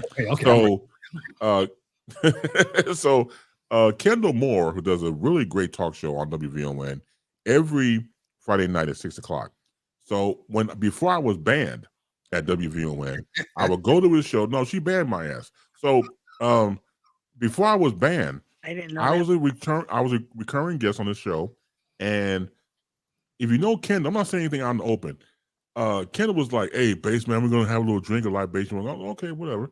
And so he gave me this. I don't know what was like. See, I'm not a gin person. I never liked gin person, but because of my man, I haven't talked to him in a while. We drank a little gin before we went on the air, and it almost took me smooth out. And it was whatever the hell the drink it was nasty. It was a Bloody Mary. And if you drink a Bloody Mary, you should be cautious just by the name alone. So right. I'm drinking it, and I'm like, you try to take my ass out of here. So I was like, I ain't drinking with your ass no more. So I stopped drinking with him, and I love Kendall, but he tried to take you out of here. I'm like, I don't need you and your sickle and looking like, the Reaper on roids. Don't take my ass out of here. I can't take it. So I love my brother, but I said, dude, I can't drink with your ass no more because you're trying to take people out of here. So enough of that. But my next guest. Hey, Kendall. I've been a fan of her father's for years. I got a chance to meet him once, and God knows what he's doing because I met him once, and once was good enough for me. Since I saw him on Def Comedy Jam, he said the immortal words, "I ain't scared of you motherfuckers." I was a fan ever since. And to know his daughter is more than my honor. Bernie Mac, to me, will continue to live on through his work, through his TV show, through his movies. He is that dude, and he is the GOAT. Please welcome to the Chris Bass Salt Bastard Holiday Party, Bernie Mac's daughter, Janice McCullough. Hey, Janice, how you doing, sweetheart? Hey, hey Janice. Hello. What's happening, Lisa? Honey. What's going on, Janice? Good to see you. Good to be. It is so good to see you. First of all, congratulations on your podcast, first and foremost. And let me say this about your dad. Because of the holiday season, after this whole festivity is over with, I have to go watch Bad Santa. Bad Santa, I'm telling you, he kills it. And just the fact with the scenes with him and the late John Ritter were gold. Yes. I know John Ritter was that funny. I mean, I've always saw him on, Three's Coming like most of us grew up with, but he was hilarious. And to see your father in those scenes with him and your father, in the character's office where he plays security going back and forth was just hilarious. And just the fact that, once again, I'm not trying to offend anybody, but when he mentioned about when John Ritter says the thin fingers of the midget, not the fat sausage type fingers, and the fact that your father could sit there with it had to be pandemonium on that set. I mean, I love your dad. I mean, it was just great. Yeah, that's actually, I feel like that's one of his most underrated movies. Bad Santa. It's hilarious. And my daughter, she's 17. I can show it to her now. I feel like she's I have been waiting to show her this because there's only so much I've been able to show her, her grandfather. So yeah, I plan on watching that with her tomorrow. So how do you feel about the podcast so far? I'm feeling great. I keep telling my producer I'm definitely gonna need a water sponsor because I cry after every episode.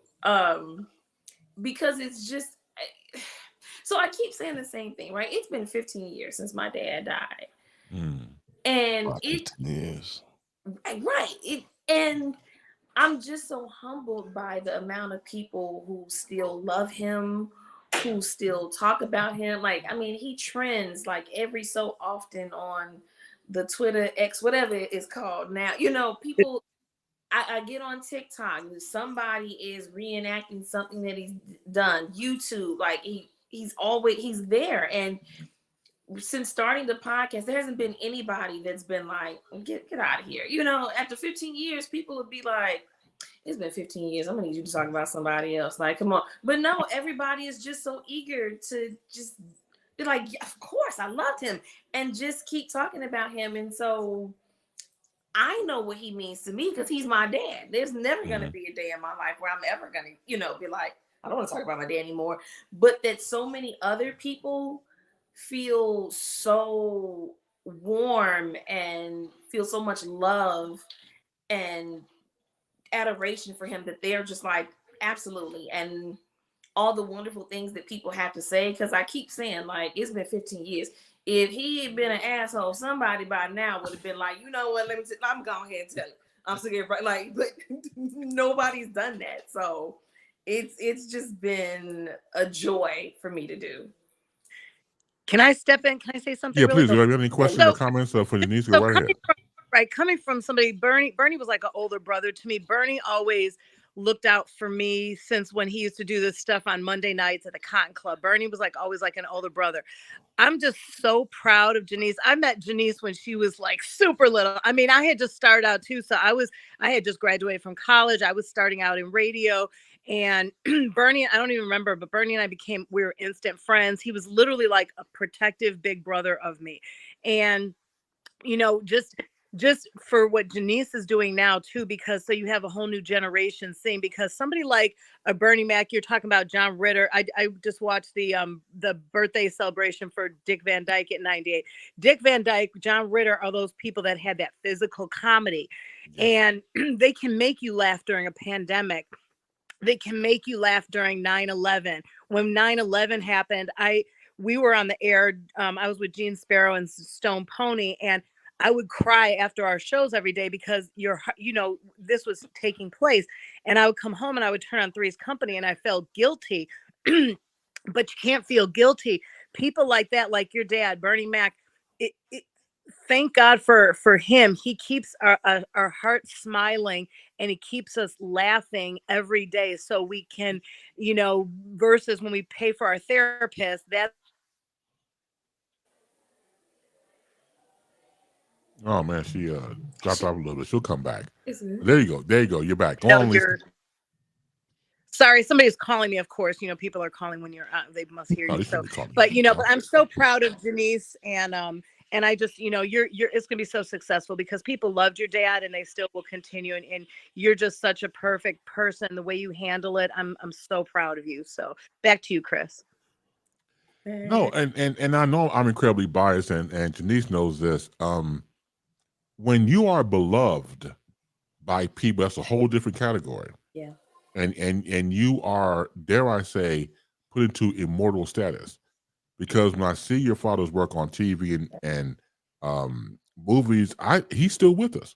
Yeah. He hasn't gone anywhere. Yeah. And that's a testimony because he was really larger than life. I can watch Ocean's 11 and 12 and Pride.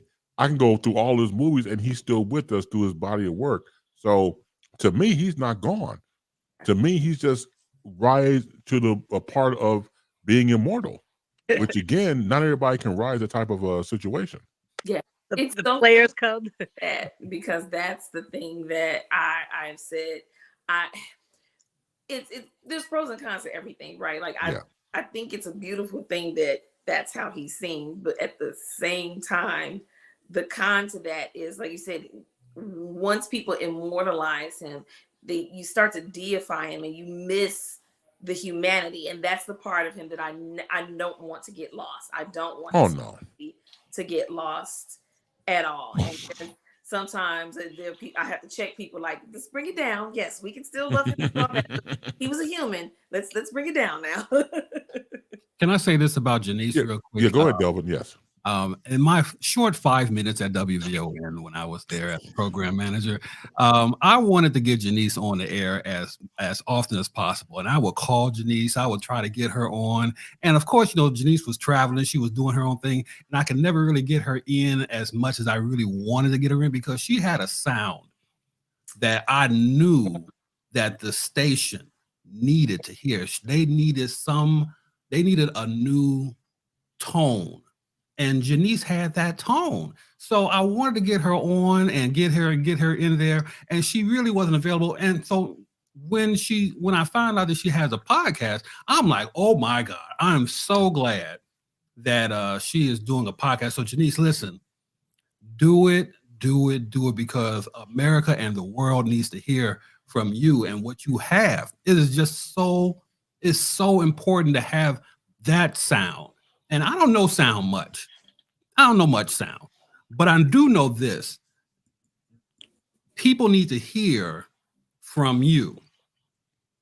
And your voice is amazing. And what you have, your stories are amazing. So the one time you did come in, it was amazing. So I was immediately addicted and I wanted to have you on as often as possible. But then again, my 5 minutes ran out over there at Hold on 1 second. But that's who she is. Tell you what, I got to bring another guest. This man is the guru in my life. For those of you who've been in radio for a certain amount of years, it doesn't get any better than this gentleman. Once again, we use the word legend a lot and sometimes get overused, but it's the truth with him. Very humble, iconic. Please welcome to the Chris Bay Salt Bastard Holiday Party, Lee Michaels. What up? What up, man? Hey, Lee. How's everyone? Happy holidays, Merry Christmas, Happy New Year, and let's get drunk. Right. Where the fuck are you at? Are you in some sort of a hollow hole or something? Where you at, dog? I'm on the road, man. Okay. About 7 days ago, we left Los Angeles. We stopped in Vegas. Now I'm in cold-ass Denver. And I'm not happy because I hate cold weather. That's why I'm not in Chicago anymore. I mean, cold weather ran my black ass out of there, okay? I can't do it. Listen, I don't understand how humans can live in this crazy cold temperature. It's 51 today. Well, it's warm here, Lee. It's 51. Where? In Chicago. Where? Right here. It wasn't. Well, it did hit about 50 something here around 3 o'clock. But you get up in the morning, you got to walk 3 damn dogs. I'll see there. It's 32 degrees. That's freezing. Oh man, real quick before you go further, I gotta let one of my guests go. Wise All has to take off. Wise, I love you, brother. Thank you so much for being a part of the festivities. Hey Lee, how you doing? Thank you for having me, Daisy. Appreciate it. God bless you. Right. Take care, brother. Happy holidays to you. Feliz Navidad. Thank you. All right, brother. pizza and tacos. I wouldn't mind one right now. Right? Them goddamn pizza's late. Hey, listen, I was at the airport yesterday. My son went to Vegas. I'm visiting our son here in Denver. He works for the airlines here, and that's the only damn reason I'm here. Period. That's I mean, right. no other reason. So I picked him up at the airport, and there was a herd of buffalo standing in line to leave because it's too damn cold. Now that's cold. You know, when the buffaloes getting on the airplane, I mean, come on. Why would any human with an IQ 2 points above plant life want to live in the cold? Why? and Mr. Bates, let me say this. Let me just say this. Yes. There's nobody else in the world can make me come out and sit in my car when my ass is freezing to come on a radio show. So you're special. Oh. Well, thank you. I couldn't do it for my son's apartment because there's a bunch of people in there and they're eating and talking shit, and the environment wouldn't have been right. Oh well, thank you for that. I feel bad because your ass is cold. Yeah, I feel bad about that. There's no more cold asses around here. We want nice, warm and toasty behinds. I forgot that you need long underwear on, and 3 layers of coats and stuff and scarves. I had to go to Walmart to buy this ugly ass shirt. I mean, who wears some shit like this? I mean, come on. I want to so bad. And when I get out of this cold belt, I'm gonna set this shirt on fire. You guys are making me want to curse so bad right now because I'm still brought up under the Elroy Smith thing. You can't even say the word thong on the air. So, but I want to. Can I just say let me see. I'll swear. I'll say something. Go ahead and talk. I'll come up with a curse word. Well, I used to be that way too. I'm so FCC down, right? But see, I can't get fired anymore. So right. You know what the hell. Exactly.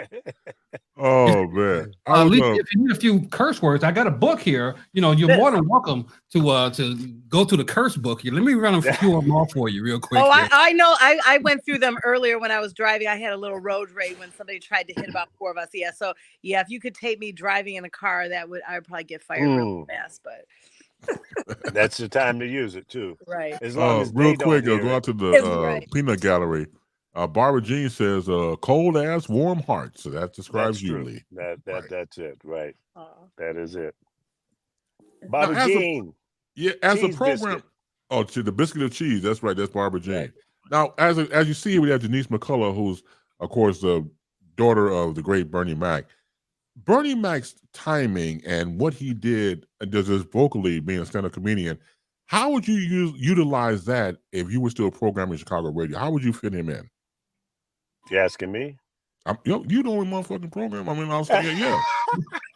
Yeah, I'm asking you. You cold ass, warm heart. That's you, right?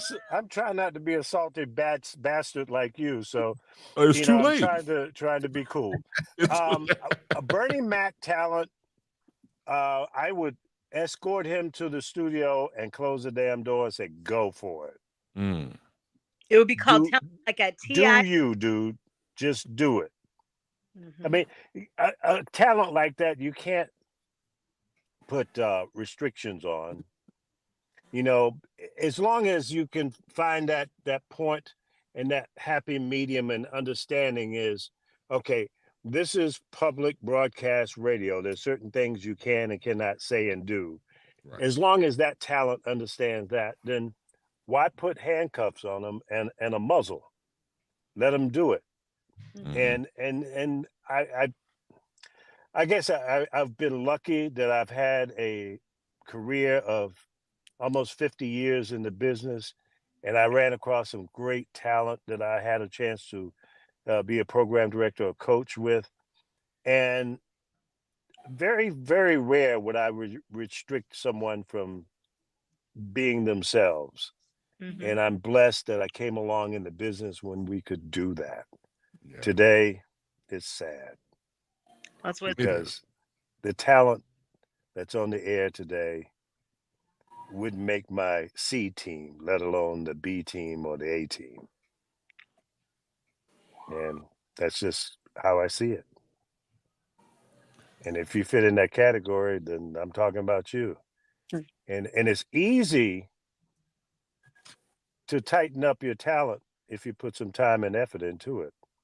It's called show prep and having some respect for that microphone and go in there and do it to the max every day.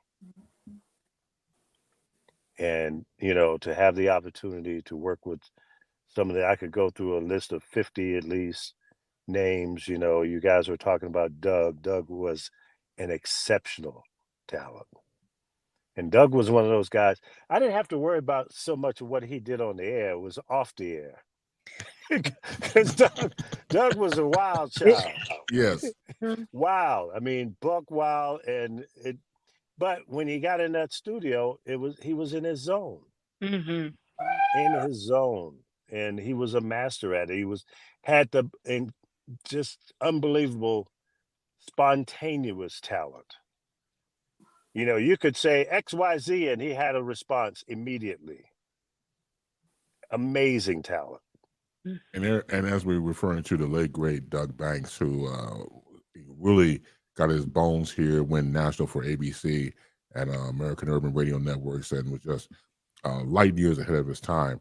I got a chance to know him at one point. So I asked him this question. I was still a fan of radio. So this is when he was at WGCI AM and FM simulcast, and he was doing his morning show. There was a legal sponsor. It was like so-and-so, so-and-so, and the Giacomo.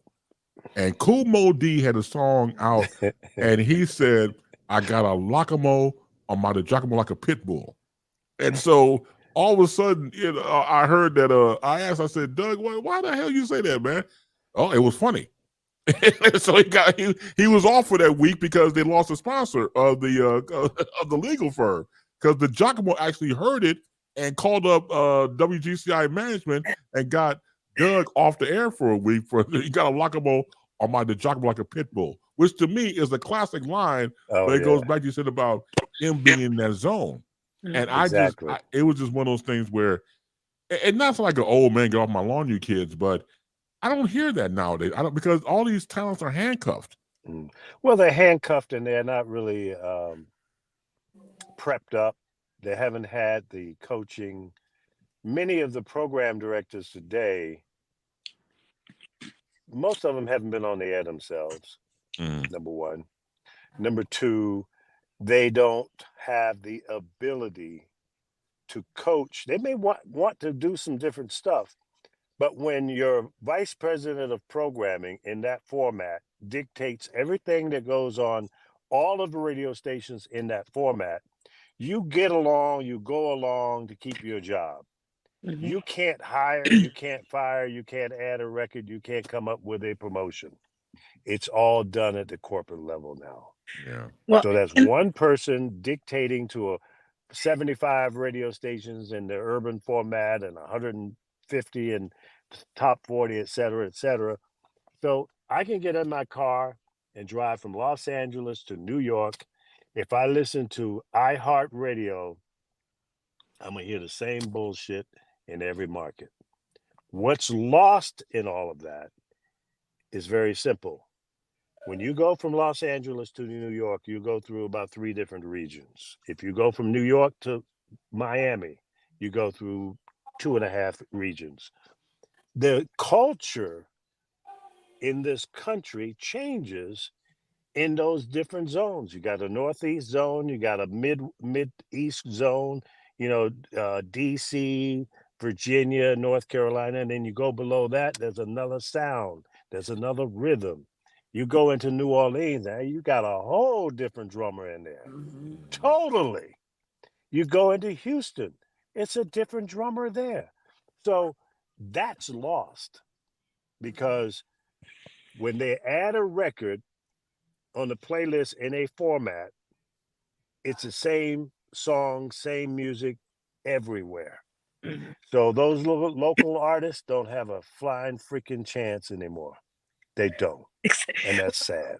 Right. It's funny you said that. I was just talking about that because I manage an artist. I manage Sean White, the R&B singer, and literally it's like it's like going through a lot of red tape. But thank God tomorrow and so Christmas Eve and Christmas Day, his song for the holidays, which is a holiday song, it's all inclusive, is going to be played like 6 times on V103, which is what we've been wanting because V103 is still, the top urban station in Chicago. So he's getting played, but it's funny because everything is on a corporate level. So it's like he's talented. I mean, he's getting paid to do shows. He just opened up for El DeBar. He opens up for all these big artists, and they've already welcomed him in that circle. But and just like you were saying, to me, it's nowadays when I've talked to a few people, they say, well, they've got a lot of followers on social media.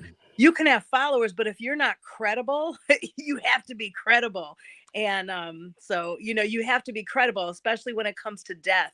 Everybody wants to be the first one to post that somebody died. Luther Vandross had passed like 4 times before he really passed. You know what I mean? Yeah. And it's sad because when it first happened, when it wasn't real, they told us to announce it. I'm like, well, who said to announce it? They were trying to tell us. I think I was with Rick Party on the air. And, Rick and I were like, who told us? And then he was still alive. He didn't pass for a few more years. But, you get people that just are, just because you have followers doesn't make you a radio personality. People don't understand. Right. So That's true. And that's a whole nother problem with social media. You've got people, doing stuff from home or wherever, and they're doing it to be sensational, to get followers, not necessarily being credible.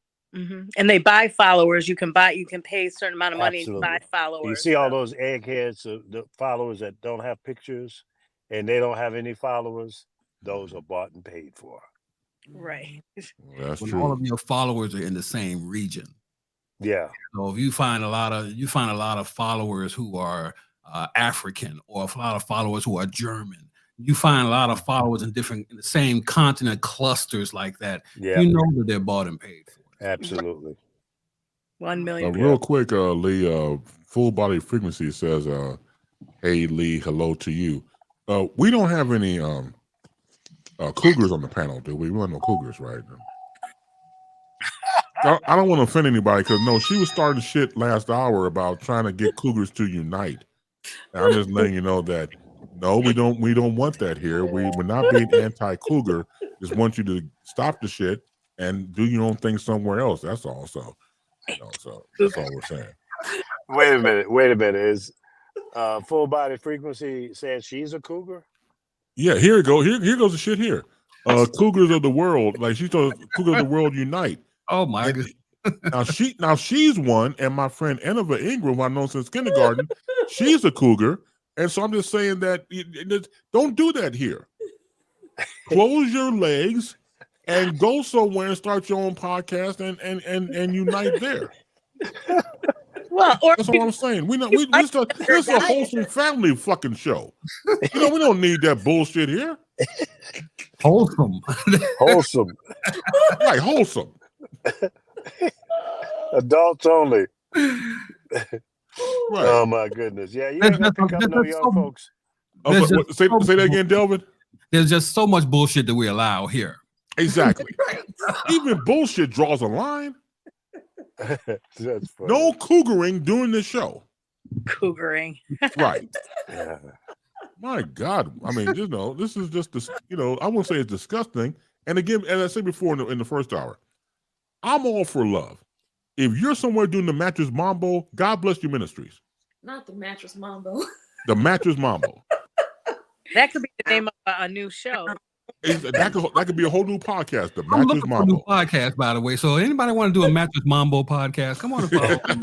Let me know. dr@thegeniusmediagroup.com. That's right. That's how you plug it, right? Right.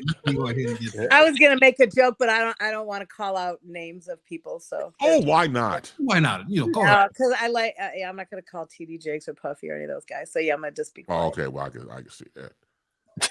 We like to say stuff off the air, but until people find out true facts, I don't want to ever put Let me turn my mic off. Mm-hmm. You know what I mean? See, this type of foolishness right here. Full Body Frequency. One of my cubs is 19 years younger than me. Now, see, again, if you want to do the match with mom or somebody younger than you, that's great. That's wonderful. I applaud your ministry. But again, when you start doing that and you got these guys out here lost in turnout, that's your fault. Looking for you with a flashlight in the daytime. Let me ask you a question. Sure. How young, or what's the age cap on being captured by a cougar? Cougars Unite. You want to type in or call in? The number is 312-597-2106. Or you can type in we will what is the age cap for these cougars out here getting guys lost in turnout. There you go. I mean, but what if you like what if you're dating somebody and they just happen to be younger? Does that make you a cougar? Oh no, that's different. That's different. You can't help who you fall in love with. But Well, if you go with the mindset, I'm gonna get me somebody 19 years older than me who can, lay pipe, that's a whole different mindset. If you're on a mission. You're on a mission from God, right? That's a totally different story. You're on a mission from God. Oh, hell. What does Barbara Jean say real quick? What's the male equivalent of a cougar? Sugar daddy? Sugar father? Dirty old man. Yeah, dirty old man, sugar father, old man. Just an old bastard. That's what. Right, there you go. That's a trick. Right, a trick. Trick father. Yeah, trick daddy, right? Yeah. All right, let me bring the show back to reality. So, Janice, what were some of the customs that your father and mother had for the holiday season when you were coming up? The holiday, this time of year was his favorite time of year. So we always had a tree, even when we didn't have any money. Like I just found some old pictures, like with our old Charlie Brown looking Christmas tree. But yeah, Christmas tree, like he always liked to have the house decked out in decorations, and we always had to have a house full of people. Like I'm actually at my mom's house now. It's a house full of people. I don't know if y'all can hear all the merriment that's going on. I'm in the corner somewhere because house full of people drinking, eating good, and everything. That was always how he liked to do it. Yeah. Sounds good. Yeah. Delbert Randall, what about you coming up and some of the memories you have about the holiday season with your family? The best memory that I remember from Christmas, when all of us were living in the house, my parents was in their bedroom. I grew up with 2 brothers and 2 sisters, and the sisters, they were in their room, and the 3 brothers, all 3 of us, we shared one room. So it's like 5 a.m. and none of us are asleep because we're so excited to get up and run down the stairs. We couldn't go down the stairs until we heard our father laugh like Santa and give the ho, ho, ho signal, right? So we're all just ready to jump out of the bed because we're already clothed. We're just laying in the bed. And we hear that sound of ho, ho, ho, and we all dart out of the bed and we're flying down the stairs. We didn't care if we broke any bones. We didn't care if we had any limbs. We didn't care about none of that stuff. We wanted to fly down those stairs and just not even touch a stair. Just hit from the top to the bottom just to get to wherever the toys were. And the room was just full of toys. To this day, that is my favorite memory because when we were younger, we really didn't care about injury. We didn't care about anything, limbs or sprains or anything like that. And we probably should have, but that wasn't our case back then. I mean, we took that as the signal to get up and go downstairs and see the toys. And that's my fondest Christmas memory with my parents. And they're still alive today. They're both 80. My father's 84. My mother's 80. And yes. See them last week, I think it was Wednesday, to see them Wednesday. And just to recall that story with them, they were laughing their heads off, and we were just sitting there. Yeah, we didn't care nothing about limbs or nothing like that. So, yeah. Lisa, what about you and your background, of course, being Jewish and Hanukkah stories? Well, we would open our presents at night after we would light the candles. But like I said, when we were young, you open one present, then you got all these other presents. You're like, I can't wait the whole week. So we finally would convince my parents to let us open it like after the first night, especially if, we didn't get my parents, we have 4 of us. I have my sister, myself, and then our 2 brothers. So my parents, we weren't the one stereotype that I wish we were not that rich Jewish stereotype. We were I was like, you want certain stereotypes with your culture. I'm like, why couldn't we be the filthy rich? But we were fine. We had enough what we needed. But it was so one year too. My sister and I got we were so excited. We had a box for the 2 of us, and we wanted it so bad. And finally, I think by the second or third night, and that was when we got a TV. And back then, that was when TVs were like a big thing. Now it's like everybody's got 7 or 8 TVs. We were so excited. We had a TV. You couldn't tell us anything. We were so excited. And then my brothers, of course, got jealous, but they were younger. So, but that, yeah, and trying to, I think a couple times we tried to, unwrap like stuff if it was in news. Sometimes we would wrap things in newspaper or whatever. And we would call it they started calling it Hanukkah Harry. And we'd have like the Hanukkah bush because, you have Santa Claus and, the tree and everything. So they would call it Hanukkah Harry. And I think my brother would try and leave something to drink for Hanukkah Harry. But, that was kind of played off from Christmas. So. Oh, man. Let's go back to the peanut gallery. Let's see. The Cougar types, the childhood gaze of Christmas is so beautiful. Well, I'm glad you feel that way. That's great. I mean, even Cougars need love too during Christmas time. So that's wonderful. Nothing wrong with that. Also, my man Ken Wallington was up. He's a professor, greeting Professor Bass and panel. And happy holidays to Ken. Thank you for being here as well. Lee, some of your childhood memories when it came to the holiday season. It was a big deal when we went from real Christmas trees to the aluminum, the real sparklers, and with the wheel with the different colors and would change. That was a big deal. And then I would have my Lionel train going around the Christmas tree and all the presents and all of that stuff. And then when my drunk ass uncle fell down the steps playing Santa Claus, and he had the suit on, the beard, and the bag with the toys and shit in it. Right. He fell down the steps, broke every goddamn thing. So that was a trip. Literally. My sisters are older than me. I was too young to understand the fat man falling down the steps and what it all really meant. But after that, they told me over the years, it reminded me of what old drunk ass Uncle Harm did. So yeah, was he okay? Didn't he live? Yeah, he survived. He was a little banged up, but when you're drunk, you don't feel nothing, no way. No, you don't. You don't. Oh, yeah. Let's see. The peanut gallery. The next day. Oh, you feel it next day. You ain't gonna feel it in real time, right? He didn't go out on New Year's because he was still licking his wounds. Oh, help. Let's see. Sick Diggy types. I'm too old for cougars. I prefer snow leopards. Oh, okay. Well, never float your boat, Doc. New category. All right. I know. I never heard of snow. I've heard of MILFs and cougars and stuff, but snow leopards, that's a whole new thing. So a whole new category. My dad, God rest his soul, this was his favorite time of year. He loved Christmas. He loved the holiday season. And he was the embodiment of joy. So, and he was very creative. He would think on his feet. I told you so before. So one of my favorite memories was twofold. So back in the day, I would get my list of my toys. So I would go to Toys R Us, that we got in the Sunday newspaper. We had service merchandise catalog and Mayday catalogs. And I'll go through that and give my dad the list. So I give him a list. What the fuck is this? I said, it's my Christmas list, for the holiday season. Oh, okay. Let me tell you something, boy. Your mother I think I know your dad. Right. Oh, yeah. But he know how he was. So he was like, let me tell you something, boy. Your mother and I pay Santa Claus money. We pay this man. So it's not like getting this shit for free. We pay this motherfucker. We pay him.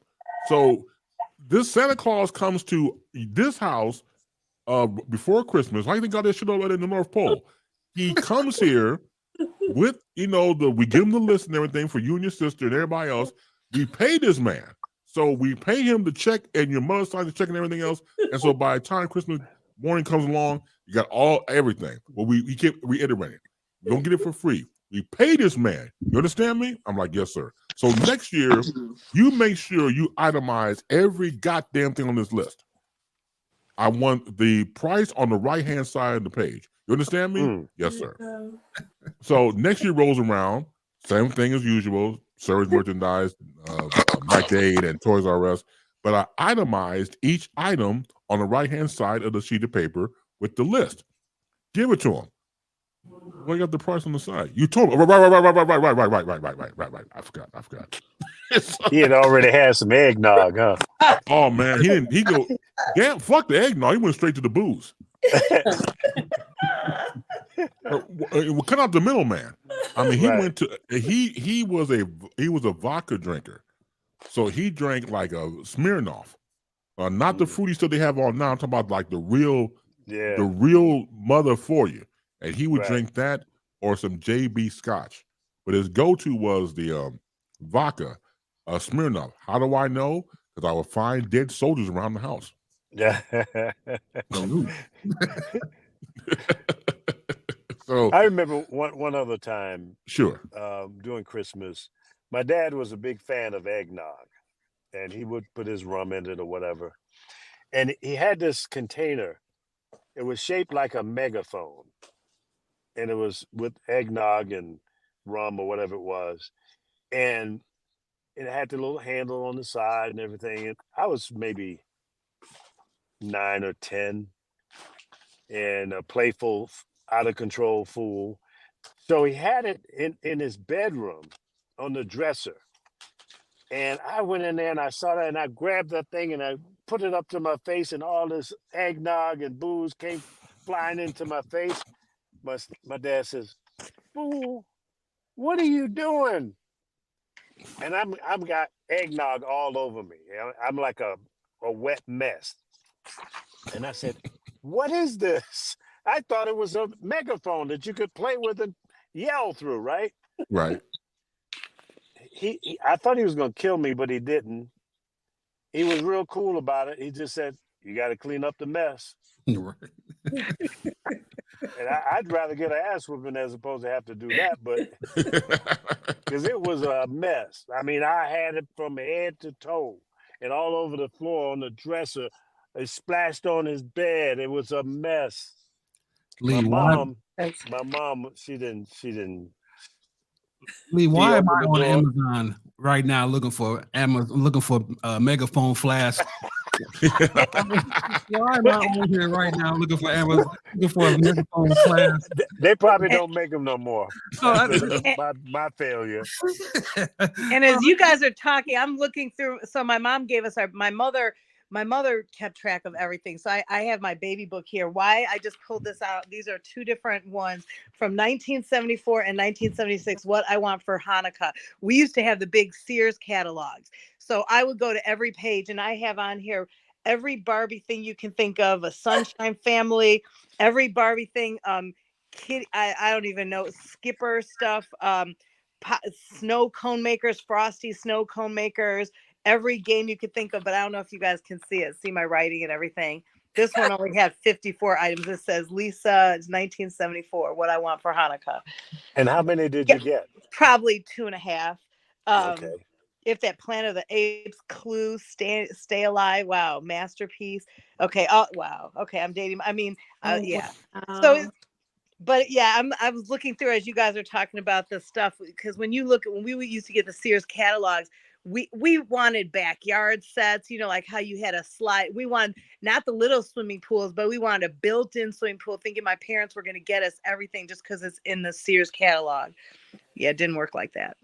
Nope. Oh man, we wanted Pong. You know how far we've come from video games to one fucking Pong? Pong. That was, yeah. I mean, that was huge. I remember going to the Sears around my house on 79th Street. You go in there, and this dumbass dot would go on one side and then beep, and then one side, and we fell for that thing. Yep. Oh man. First generation, and look at where the video games are today. Do they Night even and day difference. Atari? Is Atari still a company? I think I don't so. think. know. I don't think so. Yeah, they're Oh, probably okay. out of business. Ah, okay. Wow, they got stepped on. Yeah. I know, right? Yeah. Let's see. Go out to the peanut gallery. Ken says, my dad loved his Irish cream during the holidays. LOL. Yeah, Doc. Yeah, Irish cream was filled with more than that.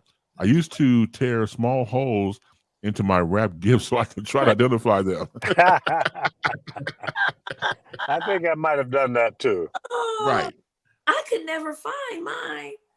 I used to look. I don't know. To this day, I still don't know where they used to hide mine. And then to show you how much I didn't think, we didn't have a car for a good portion of my childhood. Mm-hmm. So we were on the bus, and I used to go to the store with them on the bus, watching them put all the stuff that I was on my Christmas list in the cart and pay for it.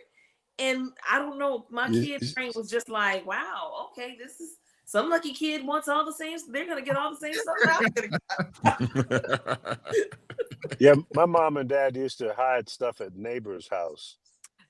Oh, that's cool. And, yeah, because they caught me going through the closets and under the bed and, you know, in every crevice.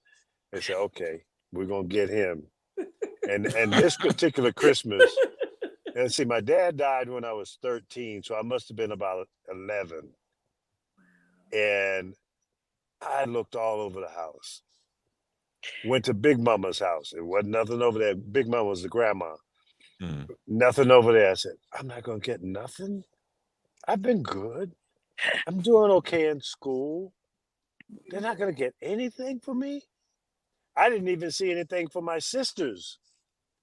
So I said, oh, man, this is going to be bad. And as it turns out, it was just like everything, every year. We used to have so much stuff under the tree would look like it was anemic. It was too small. Yeah. They bought all kinds of stuff. So I was blessed as a kid, you know, and I tried to carry on that tradition with my kids. And I think most parents do that. And so my kids had good Christmases. And my dad would drink, and for some reason, most houses would have all this music going through the house and everything else in this holiday season. And before remote controls, I was the remote control for my father. So I would have to get out of my warm bed and then go move the needle back and forth for my dad. So back in the day, we had 45s. So my dad had the 45 of the Christmas song by Nat King Cole. Yes. He didn't listen to that. No. He listened to the B-side. It's the little boy that Santa Claus Forgot, which is a depressing fuck-ass song. Yes. If you want to get depressed real quick, hear that bullshit. Yeah. And fuck Jolly. Well, now, was he playing that for you, or was that He played it for himself. Oh, okay. Damn, all right. I mean, I want to hear the A-side. The A-side was, you know, Nat at his best, singing the Christmas song. But damn that, the B-side, he played that all the time. The last word of that song was, he was a wonderful laddie, but he didn't have a daddy. That means he's a bastard. Wow. That means he's a bastard. What kind of lyric is that? Yeah, I gotta look that up. Yeah, go look it up for yourself. It's a fuck ass song. It's the little boy that Santa Claus forgot. Yeah. Oh no! I mean, and Nat's smooth with it, so you just bobbing your head like all other Nat King Cole songs. You're like, hey, this is some depressing shit. Then you think about it, it's like in the streets, he envies all those lucky boys and wanders off to last year's broken toys. I'm so sorry for that laddie. He hasn't got a daddy. Oh, a little boy that Santa Claus forgot. I know this shit because he played it like 9,000 times in the household. My house too. Promise. Oh my God. I'm like, Dad, Oh, I mean, wow. what I want to say, Dad, why the fuck you listen to this bullshit at 10 years old? I couldn't say it. I'm like, I said, I had to curb myself, Dad, why you listen to this? I mean, it's depressing. Well, son, I just thinking about all the kids who don't get toys for Christmas. Yeah, but don't bring the whole house down. Yeah, right. The whole place is dark now because of this. Right. Wow. I mean, I'm Oh, sitting that's there at funny. 10 years old. I don't get a goddamn thing thanks to you playing this shit. Santa won't come to this fuck ass house. You playing this bullshit? We need some happy shit going on around here. And me being the DJ that I was, I would always find that part. He didn't have a. He didn't have a. He Not the didn't scratch have record. a- No, you didn't. He was sampling before sampling. I would before Right. sampling. Oh, I would pull Lord. that back. He didn't have a. He didn't have a daddy. So that was that That's for me. funny. I'm with you, Chris, because that was the song. Forget the Christmas song. The Right. B side of that song was the most depressing song for Christmas. Right. Well, I'm glad it didn't get played in my house. You're lucky. I'm older than all of you, and I never heard the damn song, so I've been Good in for a you. space. I'm glad that you didn't have that experience. Good for you. Oh, You don't know how man. Lee don't know how blessed you are. I probably didn't want a toy gun after that. Man. I'm sitting here reading the lyrics, and I'm like, oh no, this is See, that's some bullshit. See?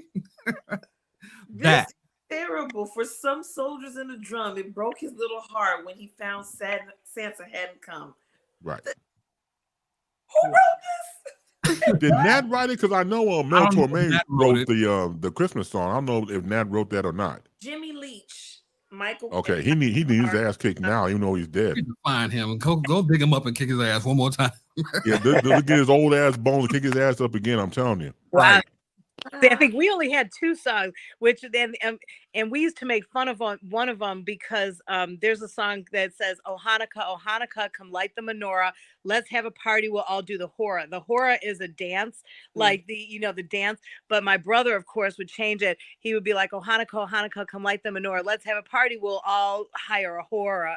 Like Yeah. Yeah, there you go.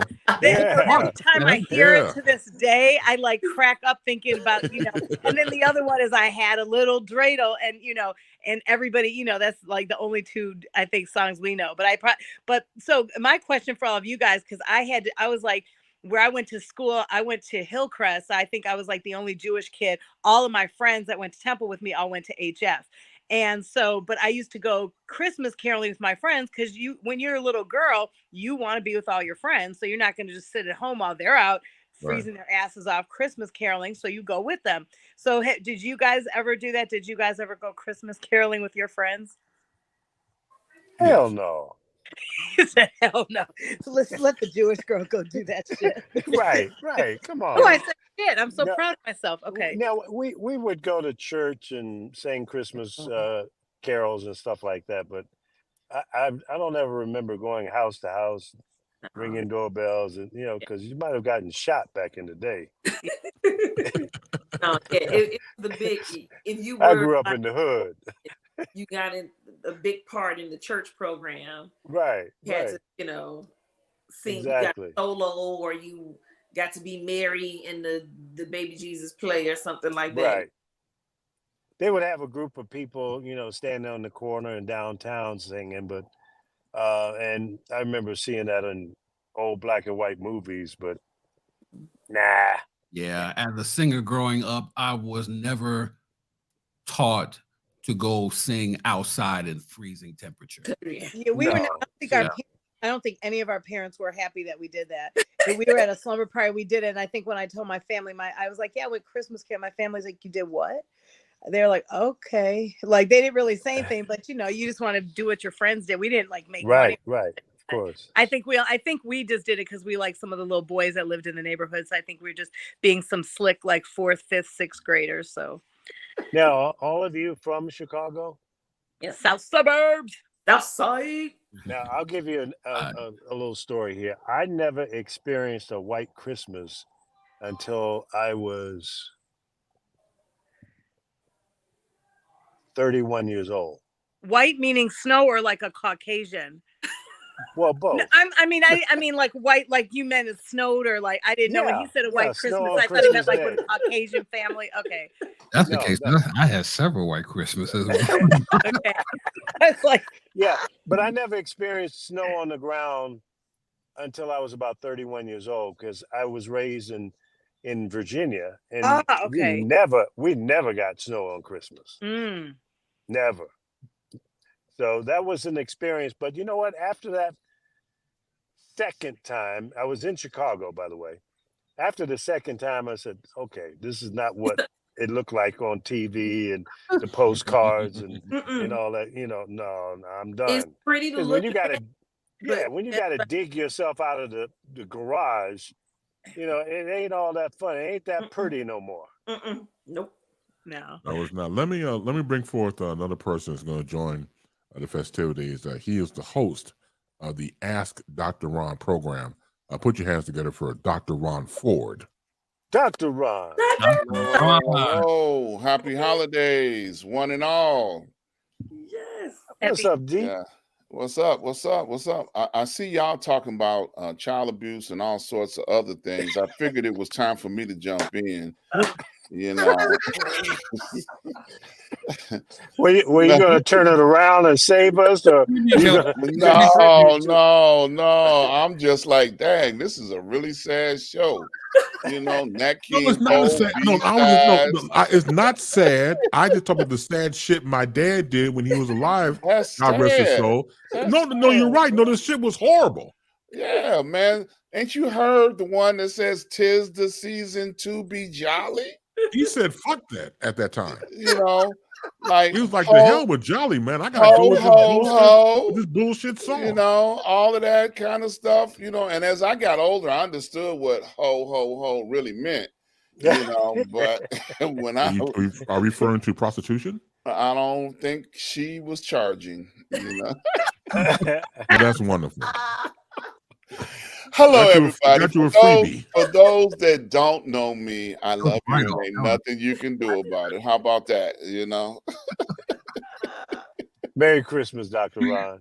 Merry Christmas, y'all. Merry And Christmas. see, Dr. Ron has been celebrating Christmas for the last 4 or 5 days because he's got his toys already, all except one. So, and hopefully, you have an idea when that last piece of gear is coming in?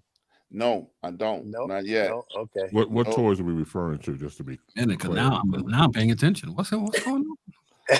Well, I'll put you like this. Any females that I meet in 2024 will be very happy. Okay. Oh, okay. I was talking about your computer toys. I wasn't talking about computer toys, man. You know Dr. Ron like I do. Right now, they're like, yeah. Hey, look, I'm trying to advertise. What they say? What do the lonely do at Christmas? You advertise for the upcoming year. I know you've been dipping and dabbing in the stock market. You buy some stock in the blue pill or something? What are they talking about? No, man. No. No, they got this thing called the Chew. I'm thinking about buying stock in that because they got a real good comedy team advertising them. The Chew? Yeah, the Chew. I've heard of that, yes. Yeah, the Blue Chew or the Yellow Blue Chew, right. BlueChew.com. The Blue Chew. Man, every comedian in California is advertising that. Boy, this was okay. It's good. I'll tell you. That's why I left. Hey, Delvin, tell everybody again what you drink, because you're having a very nice time where you are. Man, listen, Screwball peanut butter whiskey and eggnog with some whipped cream and cinnamon on top of it. Man. That's the drink of choice for tonight. Man, I love eggnog, but I'm not an alcoholic, so I don't put anything in it. I drink it straight up. When I get done tonight, I have my last smidgen left of Macallan 12. I'm going to have that to end the night with. So, is that not a Scotch? What, the Macallan? Yeah, Macallan is a Scotch. Yes. I just was checking. Not that I have any prior knowledge or experiences with Scotch, but I heard about it. It's a very, very good oak cask, full malt. Yeah, single malt, so it's a very good Scotch. Yeah, I'm a cognac person myself. I have not gotten to cognac yet. Yeah. Cognac. Yeah. It may, you know when you got a group of alcoholics, when they can start talking about the details, where it was made, what it smelled like. No, you're right. Like, how long it's been aged, and how much. No. Peep this shit. So Ron gives me some what was it, cognac, right? It was some cognac and it was chocolate flavored. Oh yeah. And I kept it chilled because I wanted to. I said I'll get to it when I get to it. So I kept it in my refrigerator for years. Yes, I ain't gonna sit there for about 2 or 3 years. It was aging gracefully. And Ron was like, "Have you drank that shit?" I said, "No, fuck no. It belongs to me. I'll drink it when I drink it." He's gonna say to me, "I'm gonna bring it to your house and steal the cognac that I got from they gave you." I mean, what kind of brother does that? What kind of brother? That's not Dr. Ron. Yeah, and I'm not even Ron is using an Indian giver. and look, and I'm not even using the church finger. I'm using all five fingers. You know? Yeah, I'm using everything. That'd be me. That was not. Now let me give you the backstory on this stuff. Okay, go right ahead. You know, I have a alcohol person that sponsors my show, Porty and Sam. And he brings in some of the best wines and cognacs from all over the world.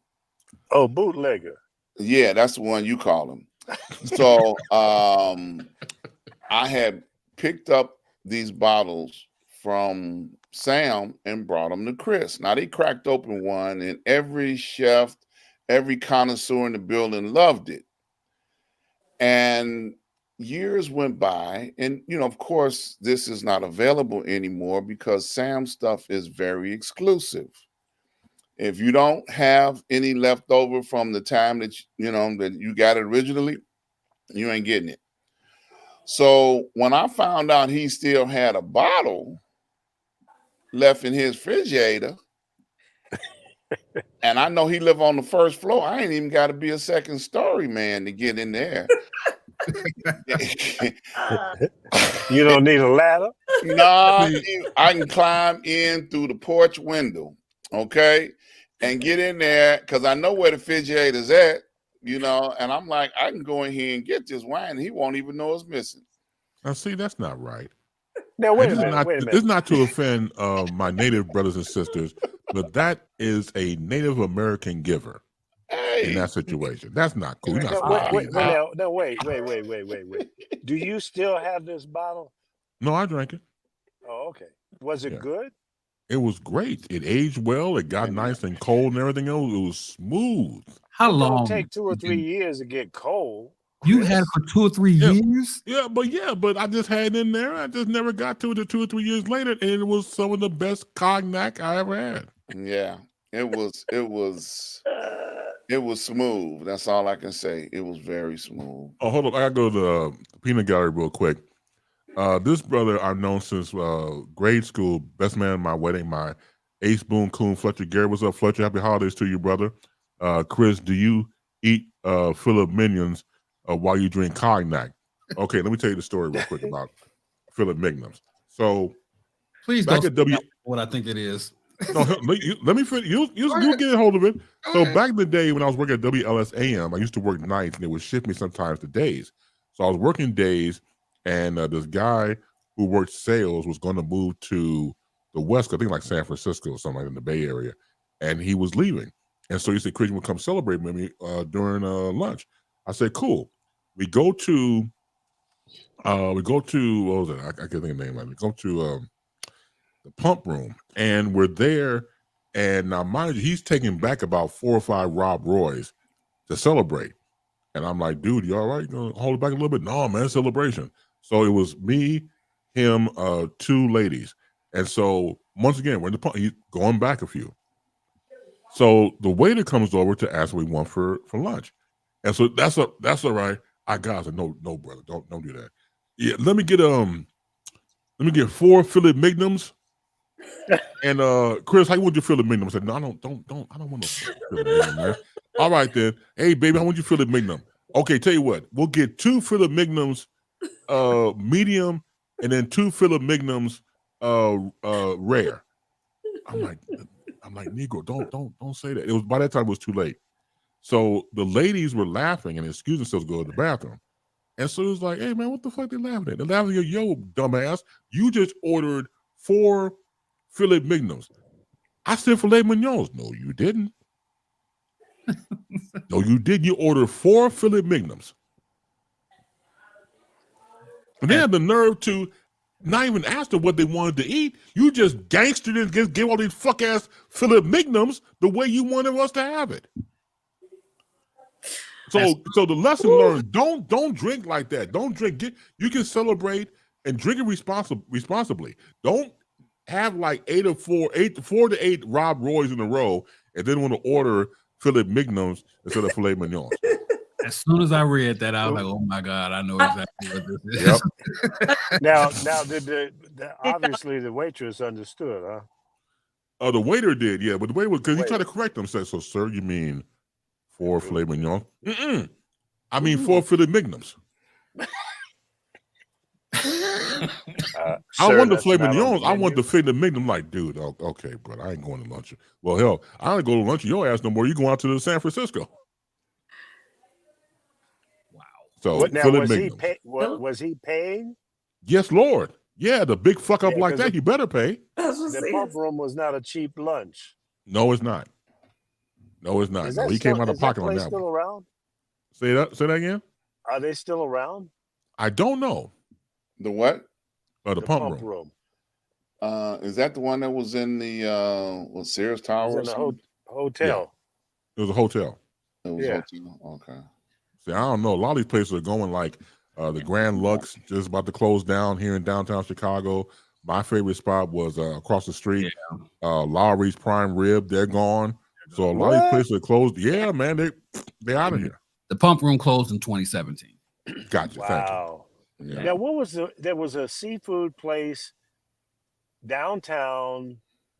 I don't know if it was off of Michigan, but you had to take an elevator to go down to it, right from the ground level. What was the name of that?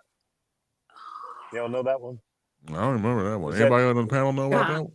I can't think I of can't remember the name of it. I do know you're talking about it. Yeah, real nice upscale seafood place. They may have had steaks there too, but when I went, I always had seafood. I have to call my ex-wife and see which one? Now, see, that was like a Scud missile. I'm sorry, I couldn't help myself. That was like, everybody duck. Let me get down. That was mess. You know, but Lee, you got to expect stuff like that, man. Well, it's a fair question. Yeah, you know, but you I got to don't expect. remember. How about that? Right. You don't remember that ex-wife? Which one? Which one? Ow. Oh no! Hold on. Shit. After 6, who's counting? Yeah. I'm glad I don't have that problem. You know, I can count. Oh, I can count to 4. So that's it.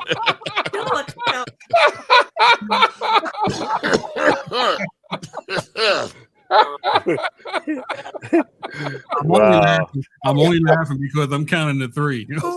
See, count to 3, right? See, this business is rough on marriages. Right. Okay, absolutely. You know, there's, you start out thinking that, till death do us part, and glad it wasn't you. Yeah. You say till death do us part, and then you wind up saying, "I'm glad I parted before death." Yeah, that's where that part. That's yeah. where I don't know. Yeah, I don't know, man. I don't know. I just don't know. I don't know Yeah, what's right yeah, or wrong yeah. in that old scenario. Yeah, It ain't easy. It ain't Before I got easy. married, Yeah. man, it was like this guy who I know through my family was like, "Are you a punk motherfucker?" I'm like, "I don't think I am." Last I checked, it's not on my DNA. It's not on my. I don't think I am. His point was, if you're a punk, then don't get married, because being married for the punk, you gotta be strong. I'm talking about like that old person strength, that old man strength, old woman strength. You have to be strong because, again, you have to be in there, the good and the bad, the rough with the smooth, everything else. And you just can't get. There's no giving up unless you just have to give up and say, "Okay, Fins, I quit," and go for divorce. If you in it for the long haul, you in it all the way. Yeah. All the way. Well, I rode that mechanical bull of love until I got thrown off. And sure enough, I got off of that bull and none of my bones were broken. I said, "The hell with this! I ain't getting back on that bull no more." It's over and out. Right. Enough, yeah. Yeah. No, I totally understand. Go ahead, Chris. Go ahead. Real quick, Ken says the Mag Mile is becoming a desert, and insurance is skyrocketing with so many robberies and break-ins, and so many companies are uprooting. You're talking about going back to downtown, obviously here in downtown Chicago, which is really damn near a shell of itself. I mean, still have businesses around, but like my old haunts are completely gone. Completely gone. So it's like, just damn. Yeah. Well, you know, this whole go ahead. This whole thing with people going in these stores and snatching shit and running out. It's a good thing I'm not a retail owner, because they would never get out of my store. I would have automatic door locks. Yeah. Push the button, you can't get out, dog. The gate comes down, and you're in there now. What you gonna do? Then I'll get Bubba and Bebe and them and come out and handle it. Who's Bubba and Bebe? That's my security guards. But the bad thing about that is, Lee, they do so much smash and grab. They just drive through the front of your store now. Well, that's all right. I gotta have that cannon waiting for them. Yeah, they just drive right on in, and all of a Wouldn't be for sudden, one time. You gotta do that one time, and it's over. they got 2-3 cars outside, and 12 people run in and snatch all of your attire, merchandise, luggage, and everything, and then they run out, and dude fall down. They just leave them. Yeah, big dummy. Now, Dr. Ron, you mentioned about child abuse, so I went around the horn to ask everybody about their favorite holiday and Christmas stories. So, do you have any holiday child abuse stories you want to share with the panel here? Holiday Christmas stories. I don't know. Now, while you're thinking, let me get a more comments from the peanut section here. I don't think I do. Yeah. Okay, man. Women as well as men, are crazy nowadays. I feel sorry for Jonathan Majors, who hopefully learned something after losing his $20 million lesson.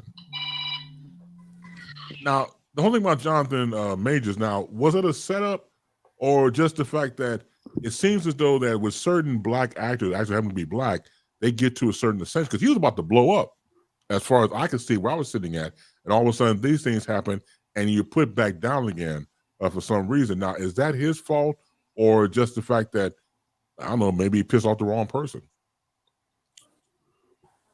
I don't know the backstory on what happened there, so I can't comment.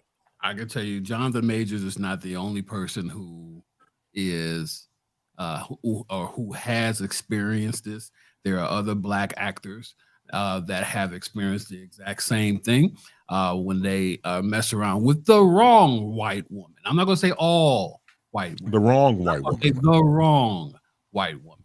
Right. Because the wrong white woman will have you thinking that you are better than you are, just enough to let you fuck up and then grab you by the ankle and trip you and say, see what he did. See what he did? That's what he did. So but wait a minute. I don't know. Because I've been married 6 times. I had a black wife, a Hispanic wife, a white wife, a Chinese wife, and I don't know what the other 2 were. And they all messed me up. So I think they all went to the same school of, I'm going to get you, fool. Yeah. Well, let's give I'm all. not going to say it's just white women. So. Let's give all praise to Lee, because he married the United Nations. Right. I did. Right. I believe it. I am a co-sponsor of the Rainbow Coalition. Yes, you are. I'm from the Justice Jackson School of Marriage. When you say we are the world, you were the world. Yep, exactly. Yeah, the last 2 were hybrids. They were crossbreeds. I don't know. They crossbreeds. Wow. We got 2 for 1 sale. Oh man, might have been 3 or 4 up in there. I don't know. Oh no. I stopped asking after a while. Jeez. Okay. It didn't matter, The panel So, was the same. so maybe you can, since you're the elder of the panel, you might be able to help me from making such terrible mistakes in my life. So do you, after all of that, still believe in the institution of marriage? Oh, absolutely. Okay. and that would be for what reason? I ain't got nothing else to do. Okay. It's like a hobby now, you know. I got nothing else to do. So the best remedy is to borrow somebody else's wife and then return them when you get through with them. Well, I don't know about that because you can mess around and get shot behind that one. Yes. so no, don't do that. I can tell you that straight up. You said That's don't not do cool. that one. No. Get Yeah. your own problem and deal with it. Make sure she's single. You see the magic word problem. Right. Yeah. Oh, hell. It's a beautiful thing, man. Well, let me say not this all bad. about, first of all, let me tell the tale of how the Salt Bastard became the Salt Bastard. And then we go part company because I love each and every one of you, everybody that's been here. Thank you so much for your time. So gather around your device, your computer, your laptop, your phone, whatever. And I'll tell you the story as you gather around good old Uncle Bass, the tale of the Salt Bastard. Tell us, Uncle Bass. Sure, absolutely. Thank you, little Delvin. Absolutely. So, a 8-year-old Negro me when I had hair, and I had an afro, and it was nice because the snow was coming on my afro, and I really didn't need a hat because my hat was too big. And I was shoveling snow. Everybody grew up in the Midwest, growing up on the South Side of Chicago. We had to put up what they called the block, the windows. We had to get the windows, blocks, and everything else. Take the take the air conditioners out, put the storm windows in, and then I was given the task to shovel my walk and my porch. So it's like snowing, and it's 25 below outside, and I'm shoveling, and I got rock salt because, of course, we can finish shoveling, put rock salt on so nobody won't trip and fall. So I get finished shoveling, and every day I'm shoveling. So I'm shoveling, and then the cold hits my nether regions, which, as you know, you must go to the bathroom immediately, or you would make a new nation on yourself. So I stopped what I was doing, ran into my house, used the bathroom, came out, and somebody stole my rock salt. Now, here's the thing. I don't condone thievery at all. I hate a thief. But if you must steal something, don't be proud of stealing rock salt. Don't be proud of that. If you're gonna thievery big, break into somebody's house, The Brinks truck. steal their car, Right. steal their bike. Dare I say, steal their money? Do not steal rock salt. Rock salt. It is embarrassing. If you got caught stealing rock salt or something else, and you're in prison with, as you say, Bubba and them, and you're around your thieving, murdering brethren. Hey, Negro, what That's you your in here ass. for? Hey, right, Negro, what you in here for? Oh man, I'm on strong arm robbery. What about you? Oh man, I robbed the bank. What about you? I stole rock salt. They would rape you on sight. Right. In front of everybody. Yeah, it's lights out. It's lights out, everybody.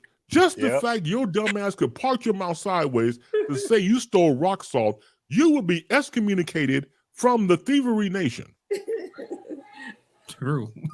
It makes no sense. I swear, you can't make this up. And that's when I say, you know what? In honor of the Salt Bastard, I would name the show after him. It could be a her or they. I don't want to offend nobody. Whoever it was. Still, I give them the fact that you ought to be ashamed of yourself for stealing rock salt. It just makes no sense. And I can't make this up because years later, I raised my children, my family in the same house I grew up in. I'm in my mid-30s. Same scenario. Cold, go in the bathroom, so I used the bathroom, somebody stole it again. So, next generation of thievery. Huh? It was probably the people across the street from me or next door. Well, You had some they low have life neighbors. They have a special place in hell. Yep. Special. That's when you sit up at night with the lights out, with the door open to the front porch, put a bag of salt out there, and make sure you got your snow shovel, because when they come up there, you beat the shit out of them with the shovel. I would have loved to, because we kept the rock salt on. So We kept the life is so violently. Yeah, but that's great. No, I'm with them on that. Look, beat the shit up. Be like they owe you money. Beat the shit out of them. So we used to keep rock salt on the porch, just so we could put it on the porch and the stairway and everything else. They didn't steal that. They only stole it when at that time, the 2 times when I was a kid and I was an adult, You had the bag selling the out there whole thing. on the sidewalk. Right, on the sidewalk, right. Yeah. Wow, that's messed up. Yeah. They were messing with you. Yep. Yep. Well, they have a You know special what they place in did hell. with the rock salt, Chris? They What's made that? ice cream. Oh, stop. Ice cream. They did. They put it in. You got to have rock salt in the machine when you. Yeah, churning well, that that's thing. true. Yeah. That's they made ice cream. They were laughing and eating ice cream over you. I don't think they were eating. I'm sorry, Janice. Go ahead. They wanted it to go with their Philip McNines.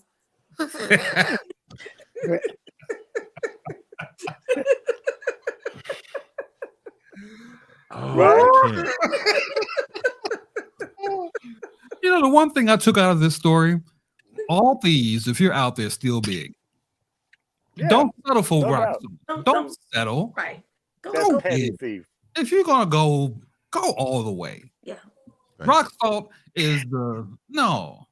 That's petty thief. That's Petty, For real. petty thief. Yes. You're bigger than that. You're big. Dr. Ron is You're bigger than this. You're Dr. bigger Ron than is the king of petty thievery. Yes, sir. Absolutely. Tell him why Oh, you're man. a petty thief. Well, some years ago, I got into doing the stock market. And some people go in there, they want to hit a home run every time they take a trade or do something like that. So I coined an identity for myself as a petty thief. I go steal thousands of dollars and I go home. Turn the computer off. Mm-hmm. Yeah. So your concept is get $500 or $1,000 a day and go have lunch. Be done. But see, it makes sense, folks. Yeah. There's a method to his madness. If you could steal from the stock market $1,000 a day, right? That's a good hustle. Yeah. Most people don't make $1,000 a day. You know, the 9-to-5ers. Hell, I remember. I can remember not too long ago when I was making $1,000 a week, not a day. And it took a while to get to that. My first job in radio, folks, was $1.60 an hour. That's what the minimum wage was at that time. Wow. 1965.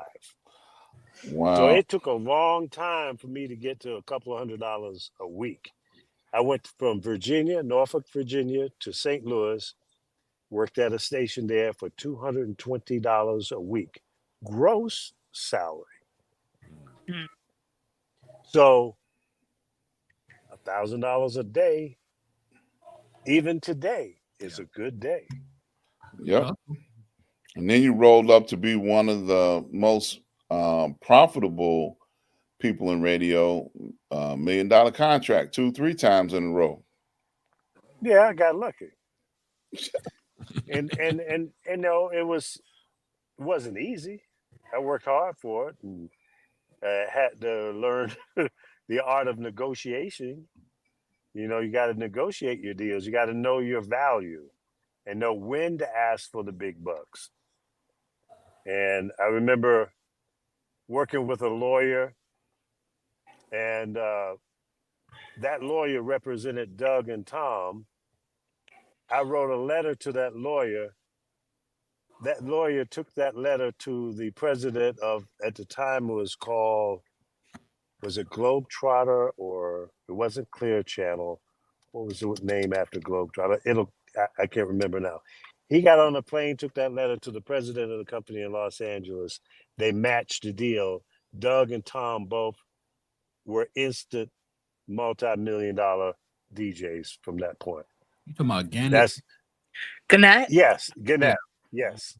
Yes, that's what it was.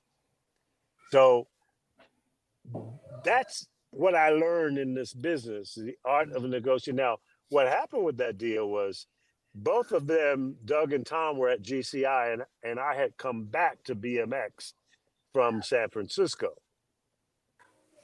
So Saul Foose was a criminal lawyer at that time. Yep, I remember that. And he got them a deal off of a letter that I sent to him. And that's how those guys became multi-million-dollar DJs. And I mean, they exploded from that. Yeah, that was just the beginning. But it was, if I remember correctly, it was a 5-year deal, and it escalated each year. Now, I was over at BMX, and I really wanted to hire them, but it gave them the foothold that they had at GCI at that point. So I had to figure out how to beat them after I made them millionaires. Need to call Lee next week. Lee, I'm sorry? I'm gonna put you on speed. I said, Lee, I need to call you next week.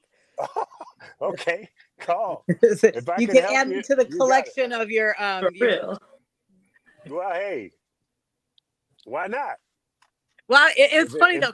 I had you on my list to contact anyway. I think and I forgot that you and Chris talked too, because I know you and Rick Party are really close too. Yeah, And Rick always puts you on like a high pedestal. So, and the same here. yeah. You know what? Just not to cut you off, but Rick Party is probably one of 2 or 3 jocks that I never got a chance to work with, and I admire him so much. And he's a great guy, smart, very talented, and I'm happy that he's doing what he's doing, because that's right now and the future. Yeah, these he's so companies, good they at what don't he does. appreciate him. Yeah, Yep. he is. Rick's Incredible. the one that dubbed me the name the super producer. Now other people say that, but Rick is the one that gave me that title when I was his producer and dubbed me that. And matter of fact, speaking of the holidays, I told you my mother used to make him the potato pancakes. She would make him a whole pan full, and Rick would be like, is your mom making me latkes this year? Is your mom making me latkes? And he would be like, yeah, because I can't stand him. Like, you could have the whole thing. My friends love all my non-Jewish friends they love our food. Right. They would come over. Gene Sparrow came over for Passover and Stone Pony. I'm like, you guys could take all the food because I don't like half of it. So, but wow. Yeah, they would eat. So that's one thing, yeah, that all the jocks loved was my mom's food. So, but yeah, Rick, yeah, I gotta call Rick too. That's my guy. Yeah, I got to reach out to him as well. Well, yeah, I mean, that's a true story. While we're celebrating people, I like to celebrate Janice. She has a wonderful talk show. I don't know if y'all did that or not. Yes. But man, she is blowing up. You know, she then went out and snatched all the people that her daddy worked with, and they felt obligated, you know, because the stuff that went on in the back room. You know, they like, oh, you the daughter? We got to come to your show. And has been making that's called legacy. Has been making a footprint in talk. Congratulations. Thank you. Thank you. You know, I never met your dad, but I was a big fan. And I hate the fact that I didn't get a chance to meet him, shake his hand. But man, he used to make me cry in laughter. That boy was insane. Yes. Funny. Yeah. So, salute. Thank you. Yeah, I had the pleasure to actually work with him, and every time I would talk to Janice, I would say, "You know, your daddy stole jokes from me, right?" Boy, you're a man. That's the true story. You know, they did the documentary, and all in the lobby, I'm like, "Yeah, you know, he stole jokes from me, right?" You know? They and we won a Grammy, Emmy for that, Chicago Emmy for the tribute that we did, because I was part of that one too. Nice.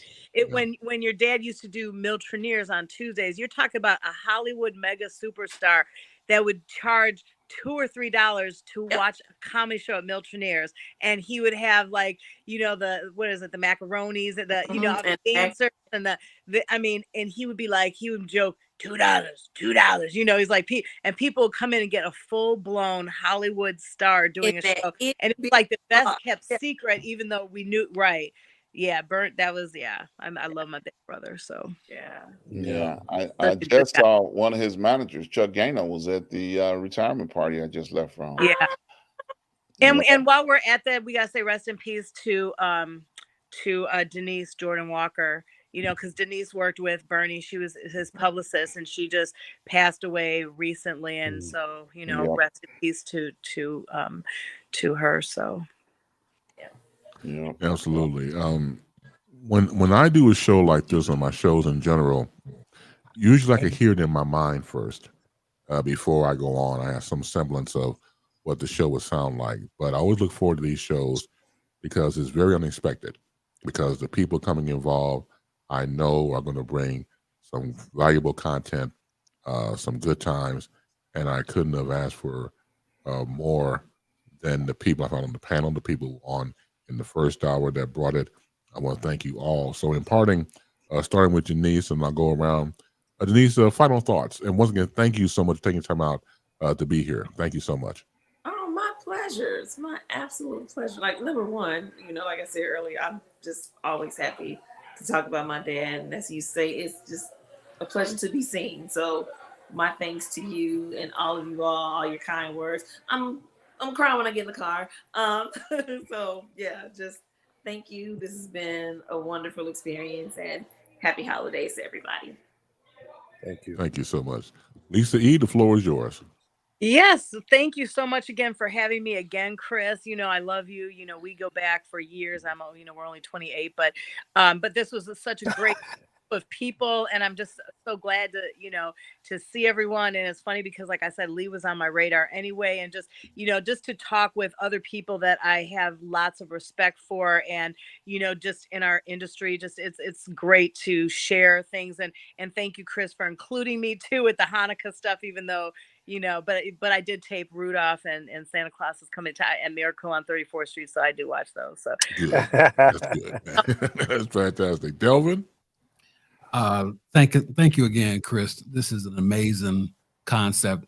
Man, I'm just a little salty that I didn't think of this first, but I'm so glad that you included me in on this. I'm a little nobody. I'm a little nobody who may not have been around long, but I'm glad that I'm in the door. I'm glad that my foot has calloused enough that when I put my foot in the door, it stays open for me long enough to get in. And the Genius Media Group is a podcast conglomerate. We're gathering all podcasters in Chicago to give them a place a house where they can come in, do their podcasting, and we get it out on every platform possible, video and audio now. So that's what I'm doing now with my life, and I think that I am the most happiest because I am not under that pressure anymore. And I'm so glad that I am free from the plantation, and I could not feel any freer than I am right now. But to everyone here, thank you for at least giving me a little bit of motivation and a little bit of insight on what it was like and what I have to look forward to and trying to steer this ship on my own now. So I'm so thankful for all of you. And now that we're done, or I'm done, I'm going to listen to Justin Timberlake's "Dick in the Box." Then I'm going to I'm going to have one more drink of that eggnog. Have one more drink, and I'm going to set it off with "Dick in the Box" tonight. So yeah, that's my gift to my wife. So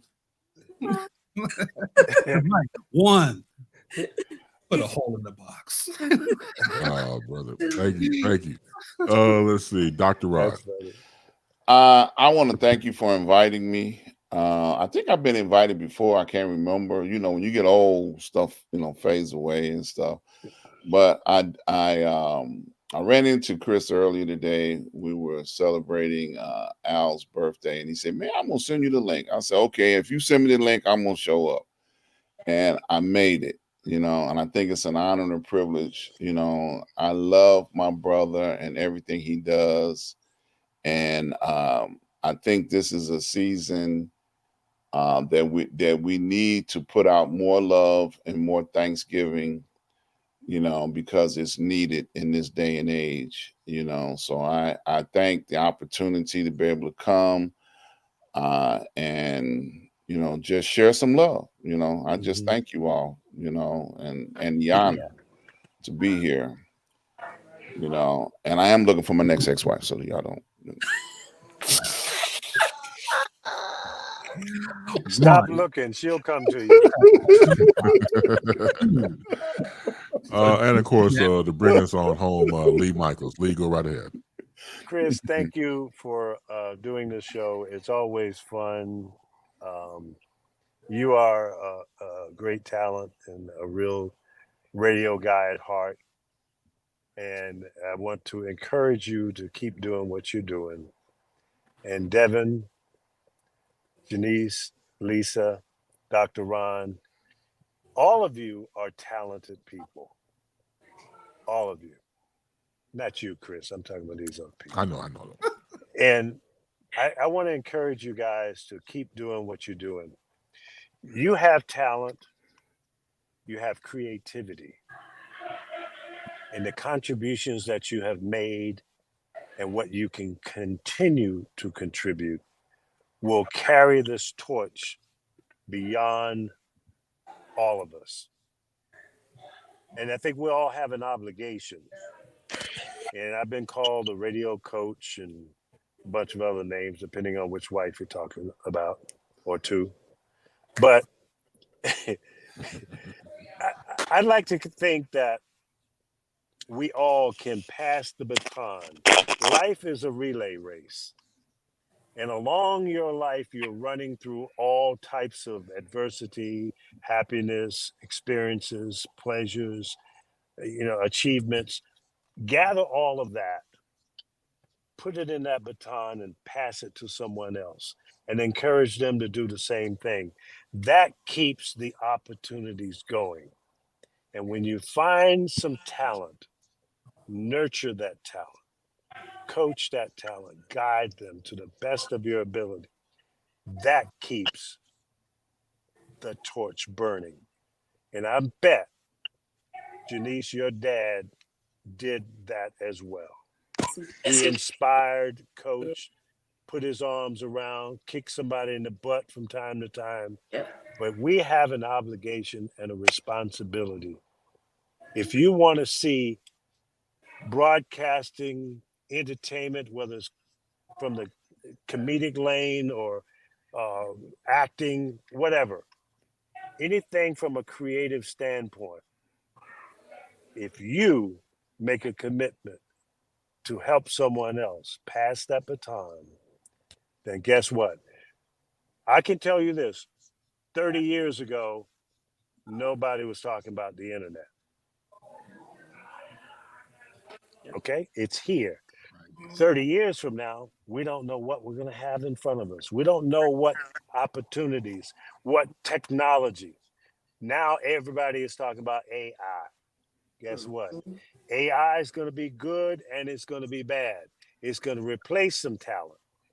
I guarantee you, corporate America, the broadcast owners of today, is embracing AI like nobody's business because their stupid asses don't know how to take talent and expose it, give it an opportunity. They are looking at the bottom line. AI will allow them to eliminate some more personalities, other avenues within the broadcast business, other jobs.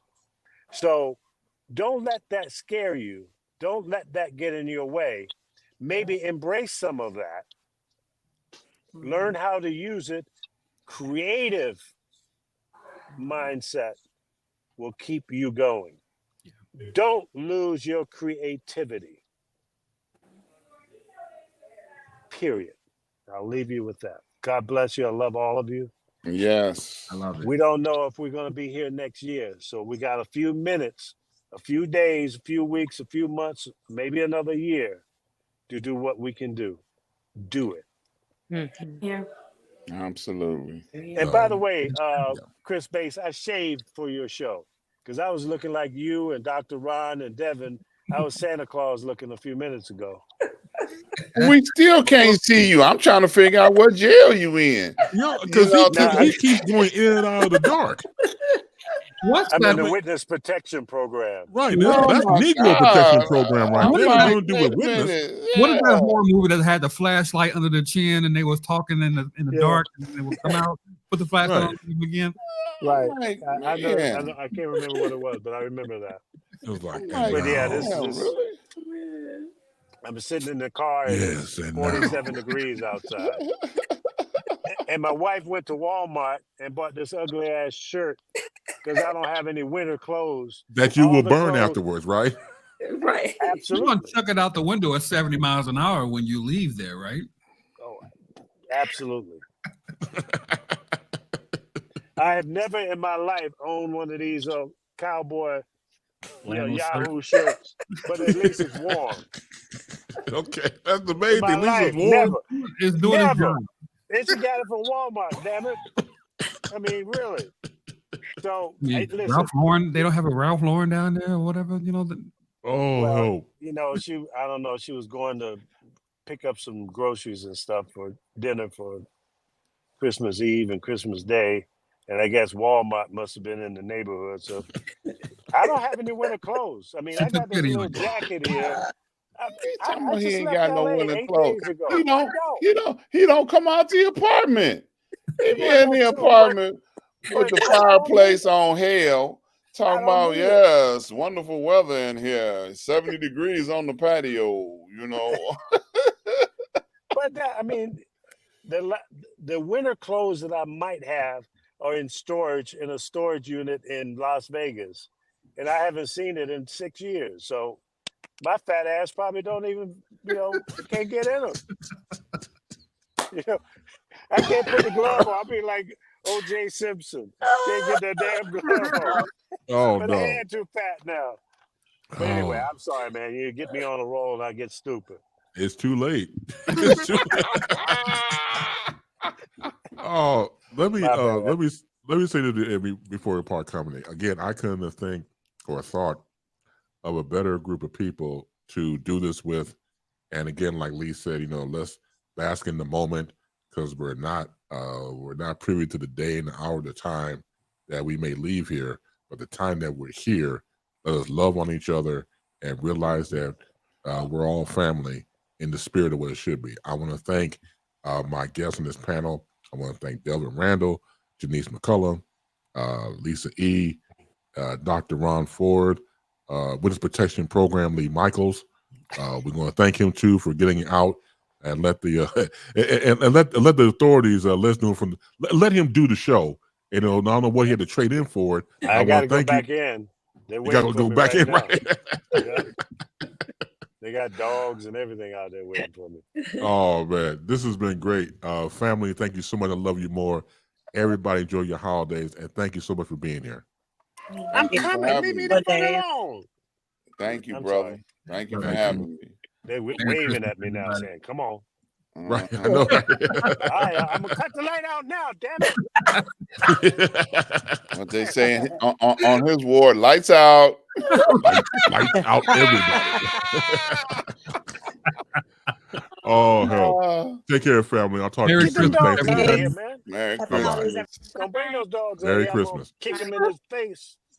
Oh, now we Still can see him. Oh, God. Look, now we can see him. Now we get ready to go. Now we're going to see your ass, right? Oh, Yeah. Lord. Cut the mic off. Oh, man. Janice, I'm reaching out to you. I'm going to inbox you. Okay. So we can connect. Okay. Yes, please do. I want to do some things with you. Oh, Yeah, my Chris, share my phone number with anybody that wants it. And it's also I will. listed in the men's room in the Greyhounds God. station. Get off the phone. Get off the phone right now, Good everybody. night. All right. Then. Okay. I'll talk to you later. Take care now. Take care, everybody. Thank you so much. Oh, help. Good stuff. Good stuff. again, doing shows like this over the years, I always look forward to the guests coming on, and they never disappoint. So once again, I thank my panel for being on. I also want to thank my earlier panel with Brian Snow, Wise All, and once again, combined with the panel I had now, it's just more than great. More than great. Let's see. What you got, Fletch? Great show. Thank you, brother. Thank you so much. I appreciate that. So again, as we part company, happy holidays to you. Enjoy yourself. Be around your family and friends if you want. If you don't want to, that's fine too, because you probably stink to be damned. But if you don't stink, you wash your gas. Go visit your family and friends during this holiday season, and just enjoy and love on each other and make it do what it do. Continue to be safe. Continue to be sound. Continue to be well and healthy, and most importantly, above anything else, continue to be loved. Long live the peace. Long live the funk. More power to you, especially during this time of year. Just one word of advice. Be kind.